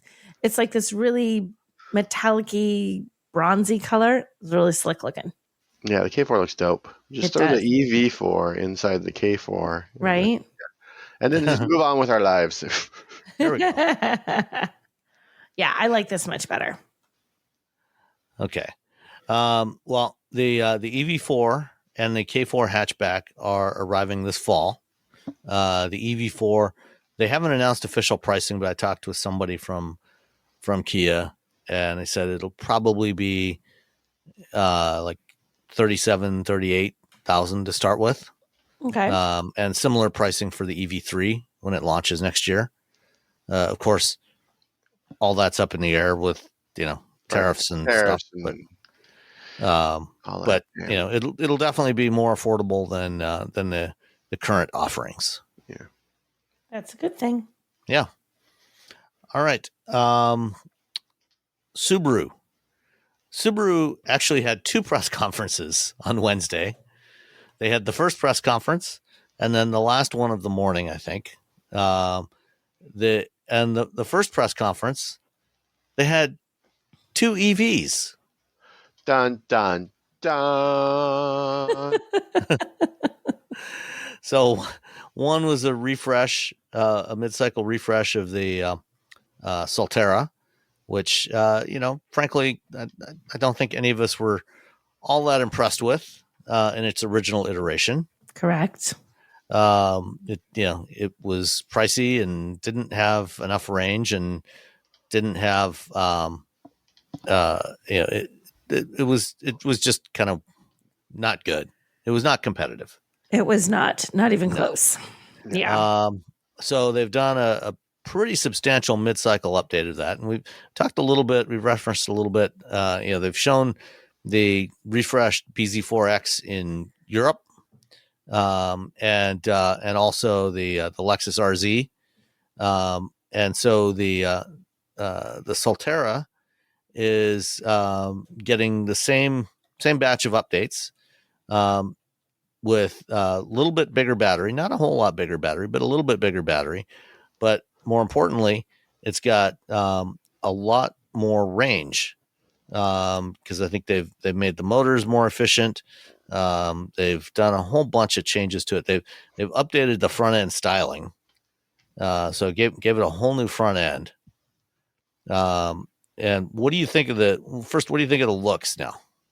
I do think, excuse me, I do think it looks better. I like how they've styled it. It has a little bit of, it at least has some kind of personality before. It didn't before. So I do like the styling changes. I like how the lights look in the front. I think it looks good.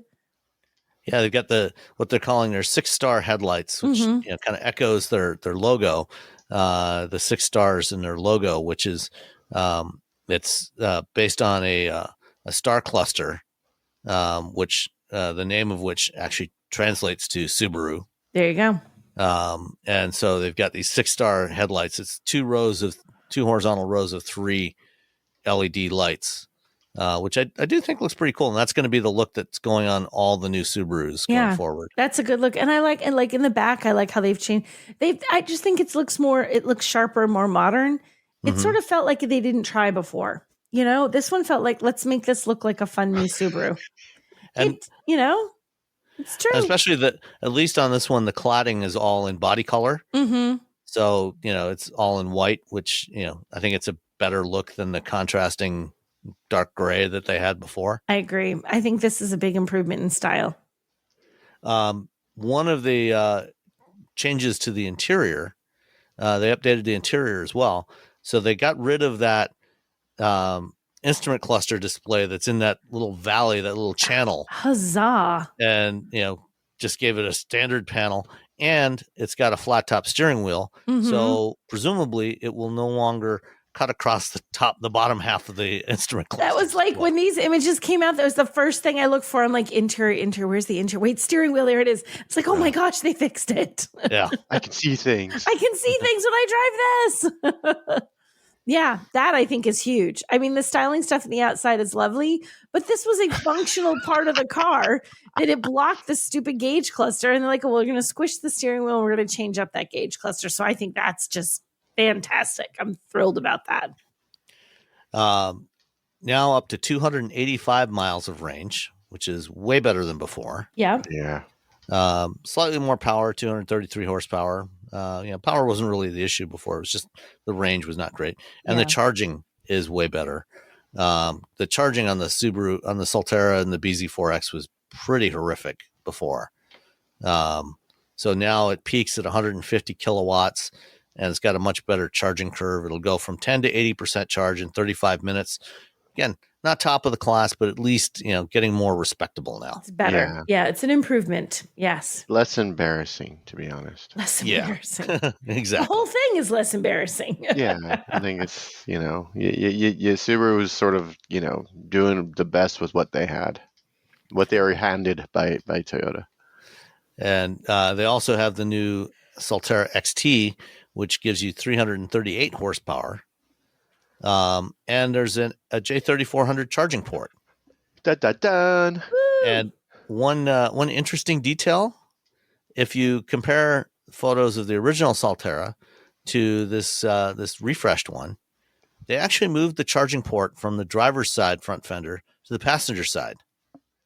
And I talked with Bill Stokes, who's the car line product manager for Subaru, about this. I talked to him, and we'll have an interview that I'll insert here somewhere in here with Bill Stokes.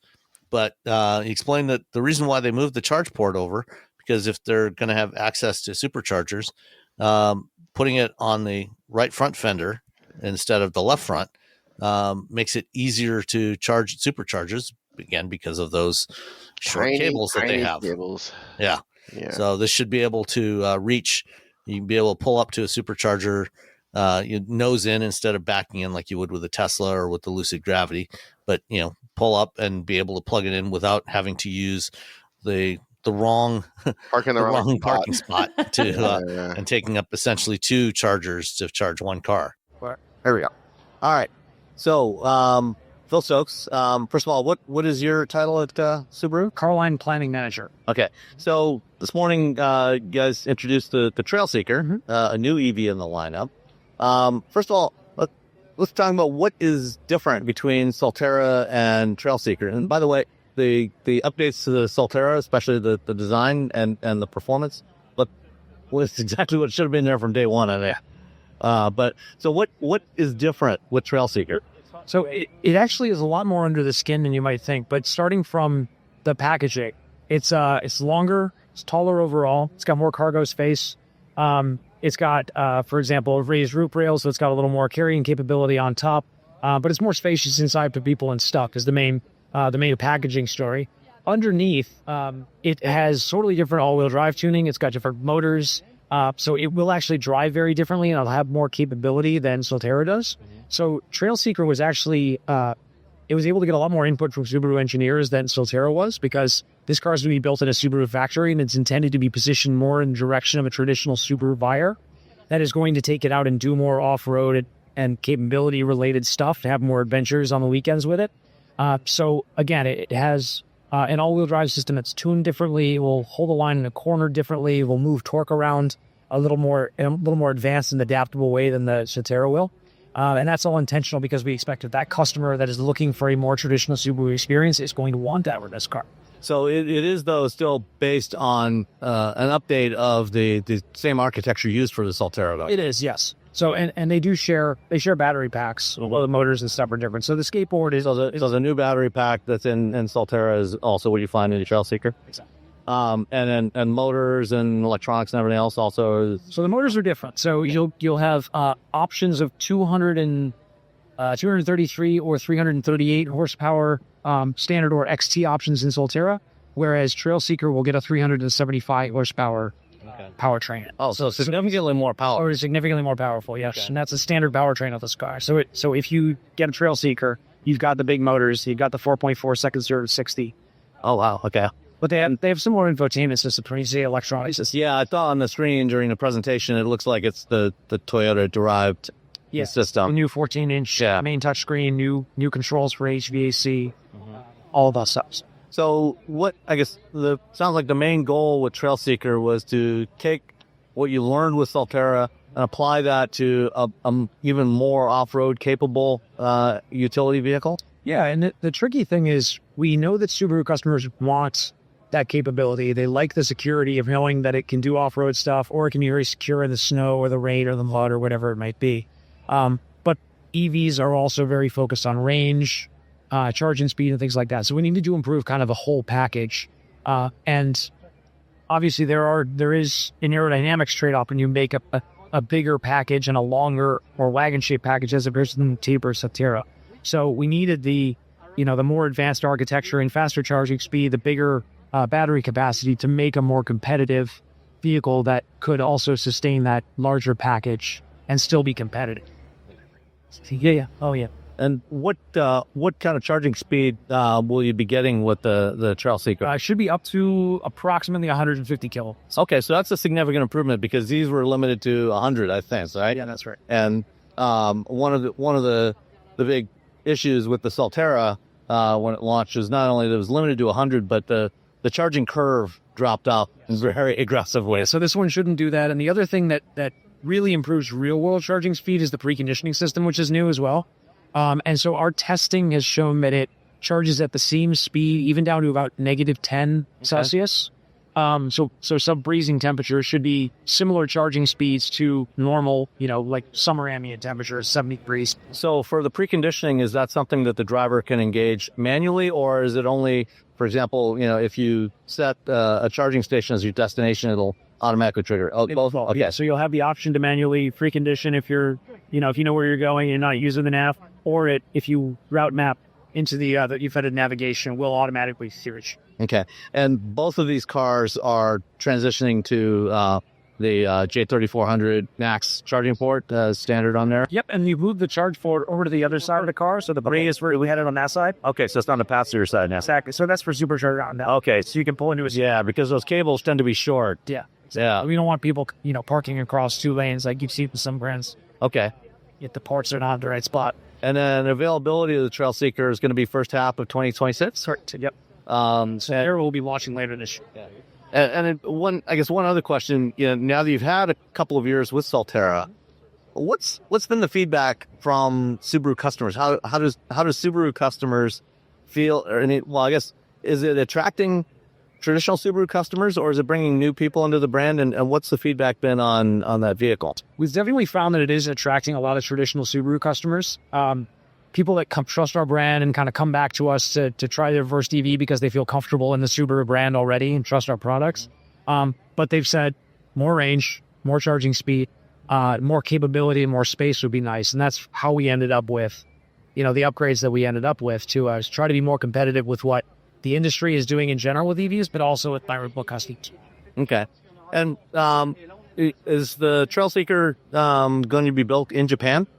Yes, but in the Subaru factory, whereas Solterra is built with Lowell. So I don't know if this is an area you can talk about it all, but with the trade situation, with the tariff situation, is that do you expect that to have a significant impact on sales of these vehicles? So we don't. Or is it too early to say? Yeah, at this point, tariffs are such a fluid situation and so potentially changing that you don't actually know what the impact is going to be. So Aaron may actually know more than I do on that side because I'm more of a product focused person, and By the time the Trail Seeker launches next year, it could be a whole different situation. the time Aaron starts walking right now, it could be Yeah, exactly.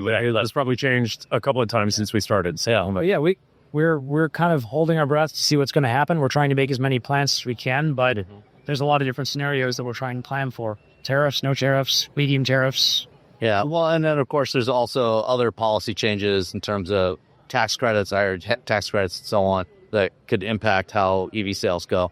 All right, well, thank you so much for your time. Appreciate it, Sam. Nice to meet you. Yeah, thank you. And Have any more questions? Let me know. okay, Yeah, that's sort of an issue because you kind of feel like a jerk. Yeah. You're like, I'm gonna park in the wrong spot to I'm charge taking my car everything. Yeah. because the company was, only building cables for, one vehicle or one lineup, and now, And then Subaru introduced a second EV for their lineup. I already got people. I already got outdoorsy people being like, "Oh, I'm gonna get this." The Trail They're Seeker. already sending me messages that this. Yeah. This is Subaru people love going outdoors and I they know. really like the idea of having an electric Subaru. I mean, even when the BZ4X and the Solterra came out, if you went to the Toyota booth, like the BZ4X was over in the corner, you went to the Subaru booth and it was front and center. People were like all around it. They were getting inside. You sure it was, wasn't just out- that Subaru has puppies at their booth? No? Okay. Well, that. I mean, there's that. But also like they had it outfitted with all the bike racks and the canoes and all the Subaru things. The Subaru people are clamoring for an EV, and I think this Trail Seeker is kind of like More than 2,600, so it'll be somewhere slightly over 260. Says delivers more than 260 miles of range, which means 260.5 miles of range. exactly. So it'll be about 260. 260. Okay, so that's not too bad. 378 horsepower, 3,500 pounds it can tow. It's got that X mode, the dual mode X mode system with like snow, mud, and dirt modes and all that stuff. I mean, it has all the right features to make it a fun little off-roader. It's got Yeah. all the things that the Subaru people want. Yep. And same 8.3 inches of ground clearance that most Subarus have. And this one, it's based on the same platform as the BZ4X and the Solterra and the RZ. And in fact, if you look at the photos, you can see like the front fenders. A lot of the sheet metal is actually shared with the Solterra. So it's got a lot of the same curves. I think the doors are actually the same, but it's a longer. It's like 6 inches longer than the Solterra, and it does have the black fender cladding. But I think the way it's been executed here, Subaru thing. yeah, it actually works better here than it did originally on the Solterra. I think with the new front end that they put on it, I think it all merges in better. Yeah. So basically, you can think of this kind of like an electric Outback. Yeah. Which is what people want. They just As people want an electric Outback. That's perfect. That's the Subaru people. They're like, I want to be able to put my stuff on top and sleep in the back, and I want to fill it full of dogs. That's it. That's the whole Subaru thing. Fill it full of dogs and outdoorsy stuff. Mm-hmm. Maybe a few like fish stickers in the back. Yeah.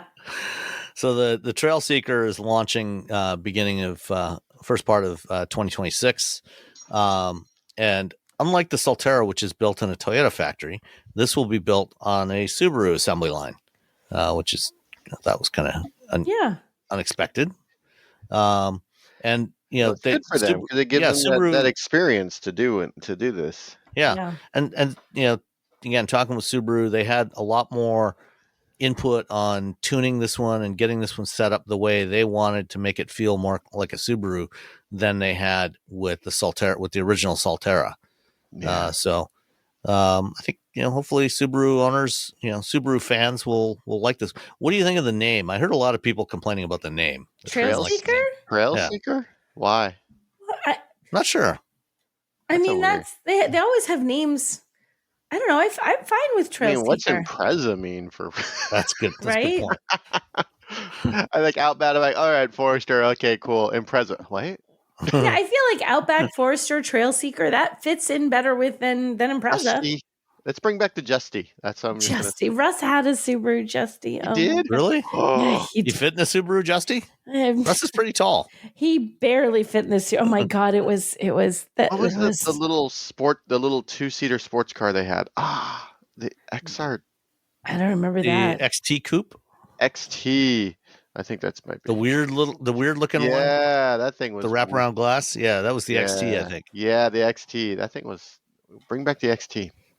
Nah, No. Don't bring back the Actually, Justy. Don't bring back the Bring back the SVX. SVX. Make an electric SVX. Now that would be interesting. There you Yeah, go. no one bought those. I remember Yeah. people like it turns out because it had the half windows, and people were like, Yeah. "Oh, it's not good for like drive-throughs." Yeah. My friend's parents had one. They bought one. Oh yeah. For Yeah, it drive looked cool. It was awesome. That was the "Man, deal breaker. Wait, I cannot get my large Diet Coke at the If you're drive-thru. in I'm out. America, if I can't do a drive-through, I don't even want it. All right. The second Subaru press conference, they had the new Outback, the 2026 Outback. It's a SUV now. It's an SUV now. I know. Who's going to say it? I'm not going to say it. I'm just gonna say it's an SUV. There's no more legacy of the legacy here. Yeah, No you more know, legacy. I know we're all like really sad, all the wagon people, but they're gonna sell a bunch of these. Oh, they are. They're gonna because the people don't want wagons. People want, that's why the other Subaru. What is it? The Trail Seeker. no, not the Trail Seeker. The Crosstrek. The Crosstrek Oh. does really well. It's like their newest car, but it does really well because it's a little crossover. This is the same thing with the Outback. I mean, it's just a tall wagon, which means which that's essentially what SUVs are, to be honest. Yeah. Yeah. So yeah, it's fine. I think I actually had Subaru people love their Subarus, and I immediately had people texting me about this car. What were they What do you upset? think of the looks, though? I think they found it a little too boxy, maybe. I think the front end they weren't like really fans of. I'm fine with it. I think it's I like the previous looks of it. I think it's a little front. I don't like flat front ends to be honest. Like when they're just like it looks like the front ends of cars. Like everyone's trying to make them look like a pug. Yeah. Like it started with the Ford Raptor and it's just continued ever since. Like how can we make our car look a little bit more like a pug? That said, in profile it looks cool. The back end's nice. Again, they're gonna sell a buttload of these things, and the Subaru people are going to be a little like, boo, no more wagon, but then they're just gonna go out and buy it anyway. Yeah. I think it's going to and be. again, fill it full of dogs. Yeah, it's going to be a slight adjustment for people who like that whole wagon thing, but I don't think I think most, for the people they lose because it's not wagony enough, they will gain twice that for people who are like, look at this SUV. Even the people they lose are just going to turn around and buy it anyway because Right. Subaru people love Subarus. As someone who on his second Subaru, Yeah. and like every time a new Subaru comes up, I'm like, oh, let me see what they got here. I don't know what it is about the brand, and it's never been a brand with like really pretty cars. Like I had a But that's Bug-Eye not their WRX. thing. Well, the I had a SVX Bug-Eye was the WRX. closest they ever got to a pretty car. Yeah, and I love that. My WRX Sport Wagon was my favorite car ever. Of all the cars that I've owned, I love that car, and I'm still sad that the engine exploded. But yeah, so no, it would be nice if it, maybe if you can get a manual. No one's going to buy it with a manual, so They're not going to build that, Robbie. they're not going to build that. You can still get the WRX. I drove Yeah. the recent WRX, and I actually really liked it a lot, like way more than I thought I would. And it's just every time you get into that WRX, you just fall in love all over again. And then you fill it full of dogs. You fill it full of puppies. You fill it full of puppies. That's the Subaru way. Fill it full of puppies. All right. And, what's that state that everyone buys a Subaru in? Virginia, Vermont. Vermont. And it was Vermont. one. I knew it was one of the V states. Vermont. Subarus are huge in New England in general. They're Well, huge. Oregon and Vermont are like that's Subaru country. Yeah, we have Subarus here, but it's a lot, and where I live, it's a lot of like BRZs. A lot of BRZs are Makes sense in California. Yeah, we love going fast and having a manual transmission, I guess. Well, not fast. We like manual transmissions and fun. How's that? Yeah. All right. Anything else from New York Auto Show? I think we covered everything. I mean, I think that kind of does it. VW showed the turbo R line version of the Tiguan, but who cares? Such a weird flex. I was like, really? That's what people were looking for. All right. Again, everyone has to have an off-roady and a performance version of their car for reasons. Yeah. Nicole, you know, in the span of 9 days, you crossed the country 4 times. I went from Boston to Santa Barbara, then to Miami, then to San Diego, then to New York, then home. I'm a little tired. So it was a week, man. I mean, that's a lot of flapping of your arms. Except I just flew to my arms. Boy, are they tired? Yeah, exactly. So what was in Miami? So Miami was, and I squeezed this one in because I'm never going to get to drive this otherwise. Yeah. So probably neither will anybody else in this country, right? So Cupra, which is a Spanish brand that's a part of, or I guess was a part of Seat, that is all under spun it out of Seat. They spun it out of Seat, and now it's a part of Volkswagen Group. It is not a Volkswagen. What they say, the Cupra people will tell you that Cupra sits between Audi and Volkswagen. It's not a luxury car. It's not really mass market. It's in the middle, the white space. OEMs love to use that. We're filling a white space. So they're filling a white space in the middle. And they're going to be coming to the US, but not until 2030. So what did they bring us? They brought us 2 vehicles that are not on sale in the US now, nor will they ever be. Let's bring them to America and let people drive them. Yes. And the idea was, so they're called the Formentor and the Terramar. And the number of times we called it the fermenter, like we're all fermenting beer or something. It's like, that's not right. So they wanted to kind of just introduce to the brand, give us an idea of what they build, the kind of aesthetic that they're going for, the kind of driving dynamics they're going for. So reviewing these cars for the US audience is pointless in that we won't get these exact vehicles. However, in terms of driving them, they were really genuinely fun little, I would call them crossovers. They were tiny, they were small, although we did have 4 people in one of them at one point. And one of those 4 people was a tall person, Brian Armstead, who I think is 6'7" or something. Brian is pretty tall. Like being around Brian also makes me feel like. Also, I know. I was thinking that when you were talking about that earlier. And on the ride that we had to do, I was sitting behind Brian. So he moved his seat back enough that he would have liked to have moved it back further, but he was comfortable. And I just had to sort of put my knees a little bit sideways. Like if I'd had them straight, they would have been against the seat. But still, for a short drive, not a problem, right? So not huge, but surprisingly roomy.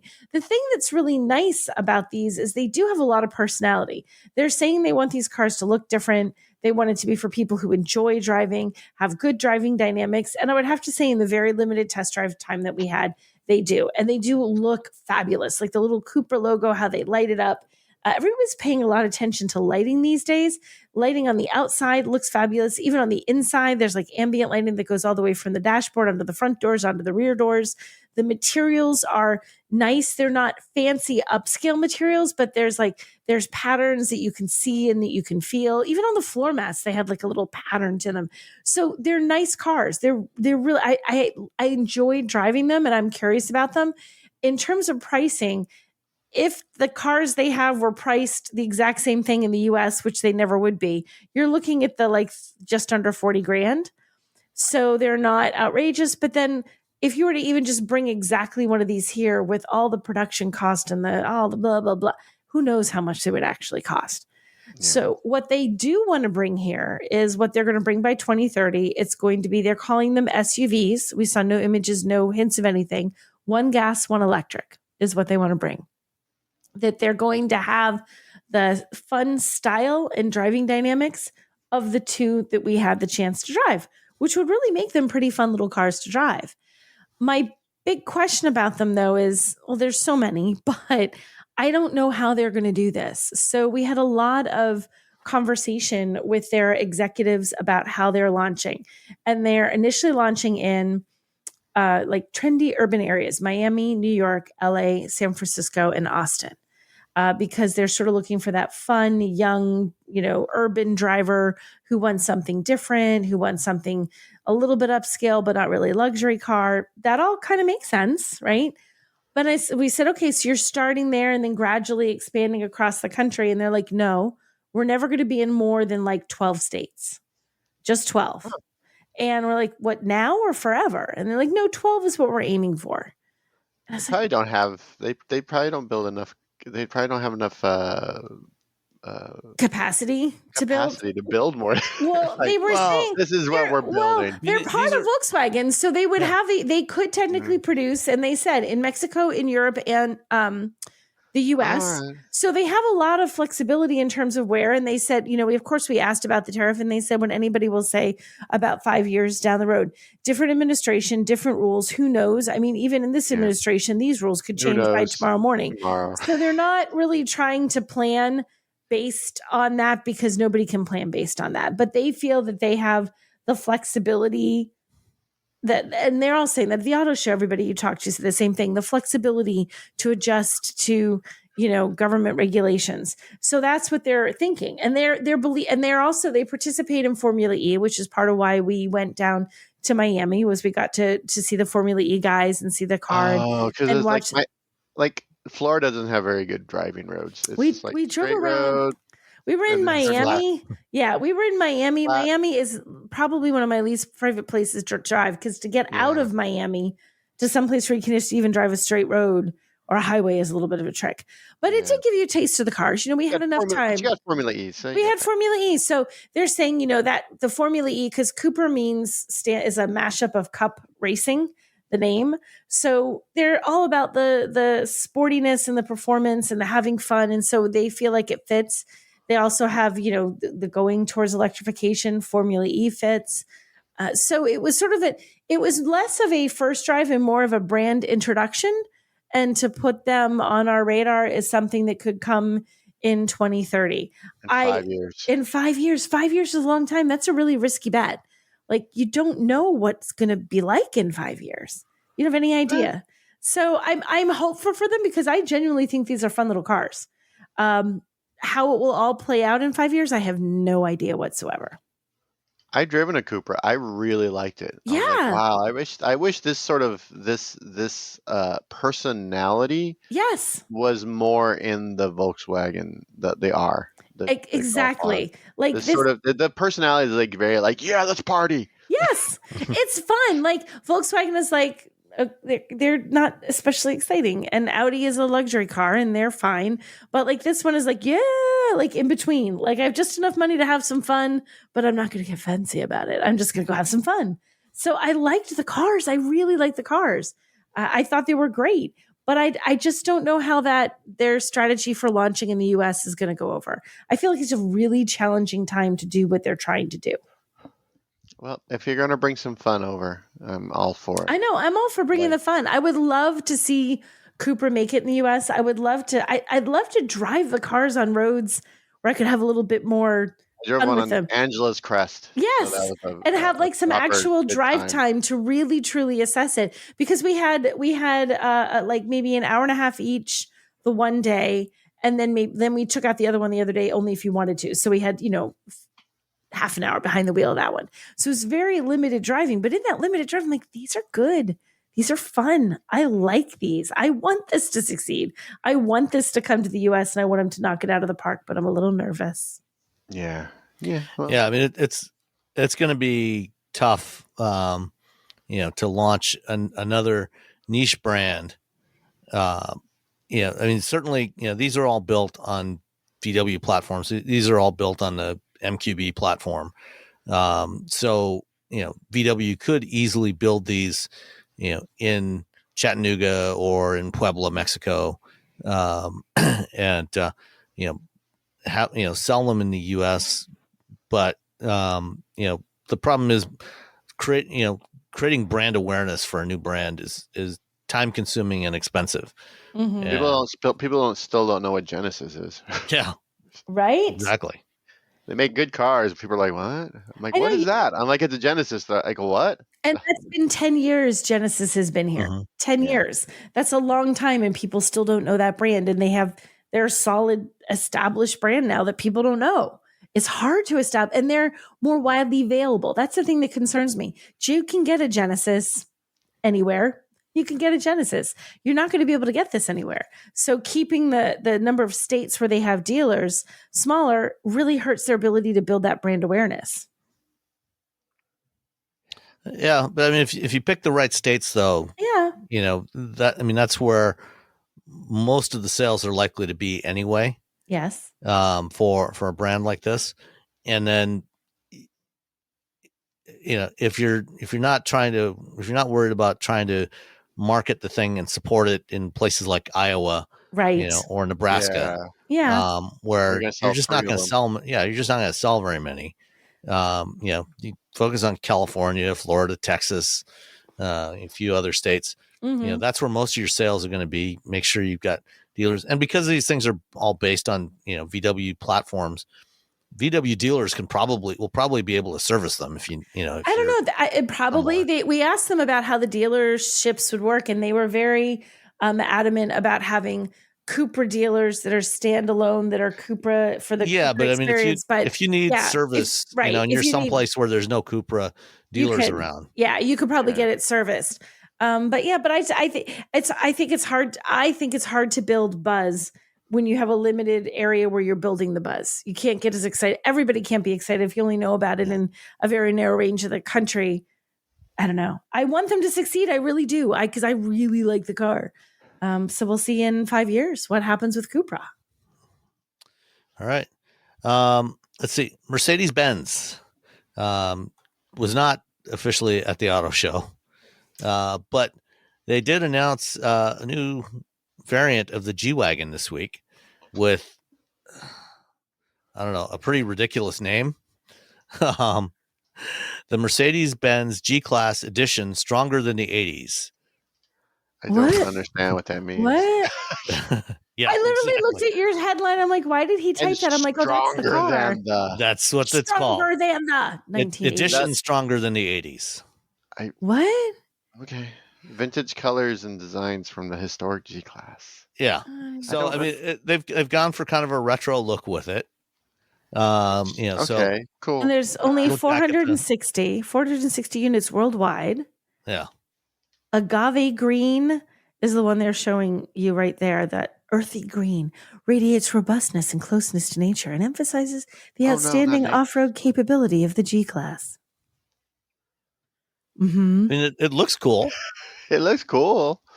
It's just a very weird. It's just a ridiculous name. Yeah. I mean, stronger than the 80s, and stronger than the 80s is all caps. It's stronger than the. So then, and it's not 80s guys spelled in letters. It's actually 1980s. Stronger than the 1980s 1980s. So it's a strange. Yeah. Stronger than the 1980s.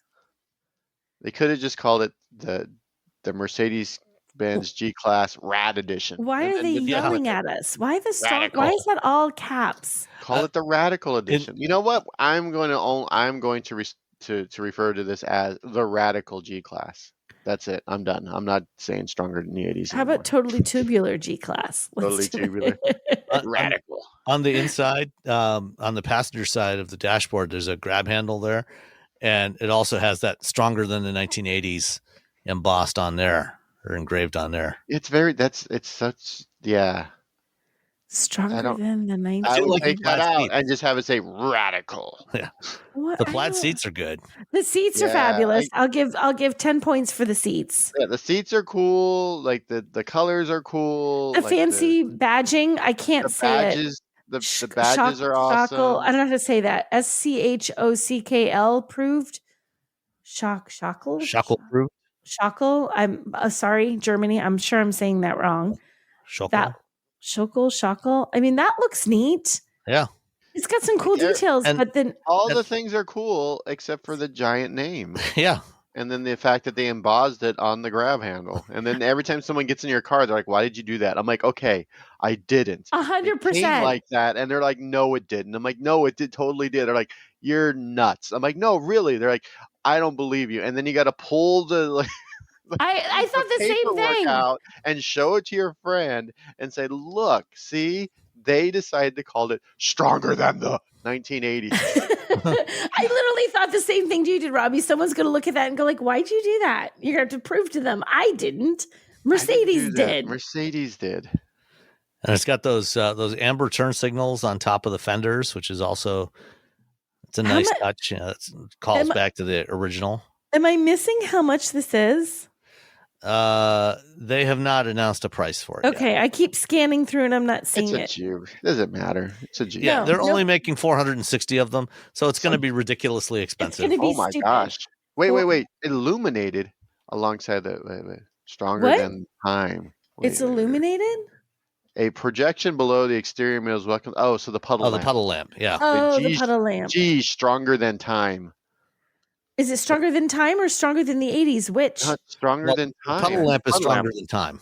Stronger than time. Very also yelling. Which again, time, not something you describe with strength. I don't know. Well, It's weird. if you're gravity, you're stronger than time. There's this Okay. really great book I want everyone to read. Let's see. every time I talk about time or gravity, I'm like, oh, there's this really awesome book that I'm reading right now, and it's gonna break your brain. What book is that? It is. Hold on. It is called The Order of Time. It's by Carlo Rovelli. It's outstanding if you're a big nerd and you want to learn about how time is how time works and how it works. Well, allegedly, because everything about time is still like we think this is how it works. But like how how gravity affects time. If you live closer to the Earth, this Earth's core, time is quicker than if you live in the mountains, and it's just it's a whole thing. That's hurting my head to think about. Yeah, whatever and you're that's like talking the about, easiest. Robbie. That's the easiest part, and then it just gets crazier after that. Like if you're on another planet, like now is not the same as now. It's wonderful. It's a wonderful book to read or listen to. But if you're listening to it and you're driving, there will be times where you're just like, I have to stop this because I have to pay. There's Yeah, too and much. if you've ever studied any relativity, it gets crazy really fast. Yeah, it's outstanding. I absolutely love it. It's also ridiculous as all hell. All right. One final thing I wanted to touch on. Recently, there was a fatal crash in China with a Xiaomi SU7, which is this really cool electric sedan that's been selling really well since it launched a year ago. Very high performance, looks really nice. It's been stealing a lot of sales away from a certain other brand that used to be based in California, is now in Texas. Anyway, following this crash a couple of weeks ago, the Chinese Ministry of what is it? I can't remember now. Ministry of got it. Industry and Information Technology published new regulations for autonomous driving features. And these go into effect immediately. So this was April 16th. So this was like Wednesday, past Wednesday, 4 days ago, that they published these new rules. 5 new regulations governing so-called smart vehicles. Number 1, no more public beta testing programs are allowed, which means the kind of stuff that Tesla's been doing for the last decade, where they push out beta versions of safety critical software to consumers, no longer allowed in China. Good. Yeah. I mean, someone already died. Yeah. Multiple people have died here. Many people have died in the U.S. And other people are on the road just because you're like, Yeah. well, I can do it, right? Yeah. It's like, I I'm did not on the agree. road too. I did I'm not on the agree to road be part too. of your experiment. Exactly. new limits on marketing technology. So they can no longer use terms like automatic driving, autonomous driving, intelligent driving, or advanced intelligent driving in their marketing materials. Instead, all they can do is use the level numbers. So like L2, L3, L4, assisted driving, and strictly adhere to the automation level classifications. Then remote parking and summoning features. So the kind of stuff, again, this is something that Smart Tesla does, and a bunch of Chinese OEMs are doing it. If the driver is not in the vehicle, it is prohibited. So no more valet parking, automatic valet parking, or one-touch summoning and remote control features. The features will not be approved for products as they cannot ensure driver engagement and operational safety. They also don't work very well, to be Well, honest. there's that too.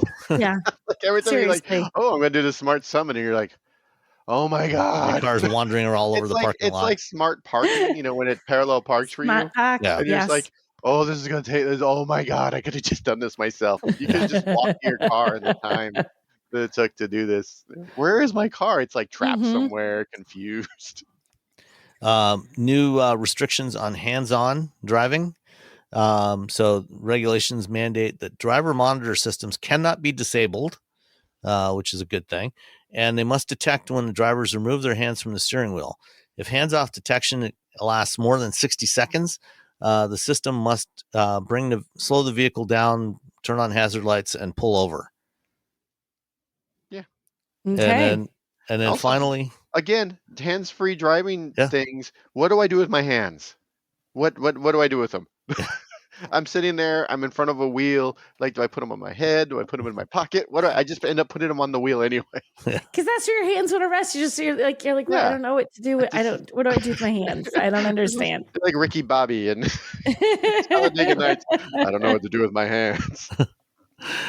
And then finally, new restrictions on over-the-air software updates.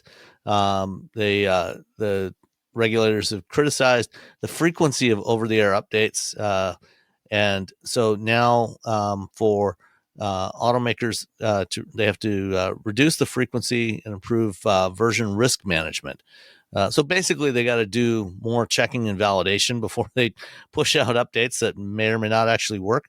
And emergency updates will now require automakers to go through the standard safety recall procedures and approval from the State Administration for Market Regulation. So all of this, I think these are all very valid, very common sense things that should be done everywhere, not just in China. There's nothing here that shouldn't be done in every market. And again, I when this technology actually works, like especially in cities or really in towns, without any sort of like public transportation. Also, the amount of money we spent on this, we could have like put like 1,000 high-speed trains in this country and 1,000 like light rails. But anyway, like for people who can't drive, this is great. These are great little, like they're great features, and but it has to be done correctly, and that's the thing, is that like this sort of like rush to appease stockholders, to appease the hype cycle. It's you're just putting people at risk, and you have to be smart about this stuff. And at the end of the day, and the thing that I've been harping on for forever is that even if you have a robo-taxi thing, you're still going to lose money for like 10 years. At least. It's still not you could still just hire a gal or hire a guy and let them drive you around. It'll be cheaper for the company, but it's a very, and I think all these are just sort of common sense sort of ideas. And someone brought something up like very early on when Tesla was like, we don't know what we don't know that they're hiding or they're fixing over the air updates. I was like, oh wow, I just hadn't really thought about it, and I was just like, oh my gosh, you're right. Like, we don't know what we don't know. Like there could have been, and for people who haven't like turned on the update or automatic updates or whatever, they're still driving around with something that's potentially risky for themselves and for other people on the road. So yeah.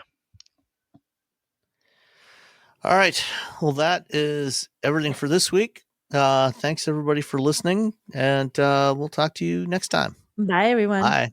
Bye bye. 27th.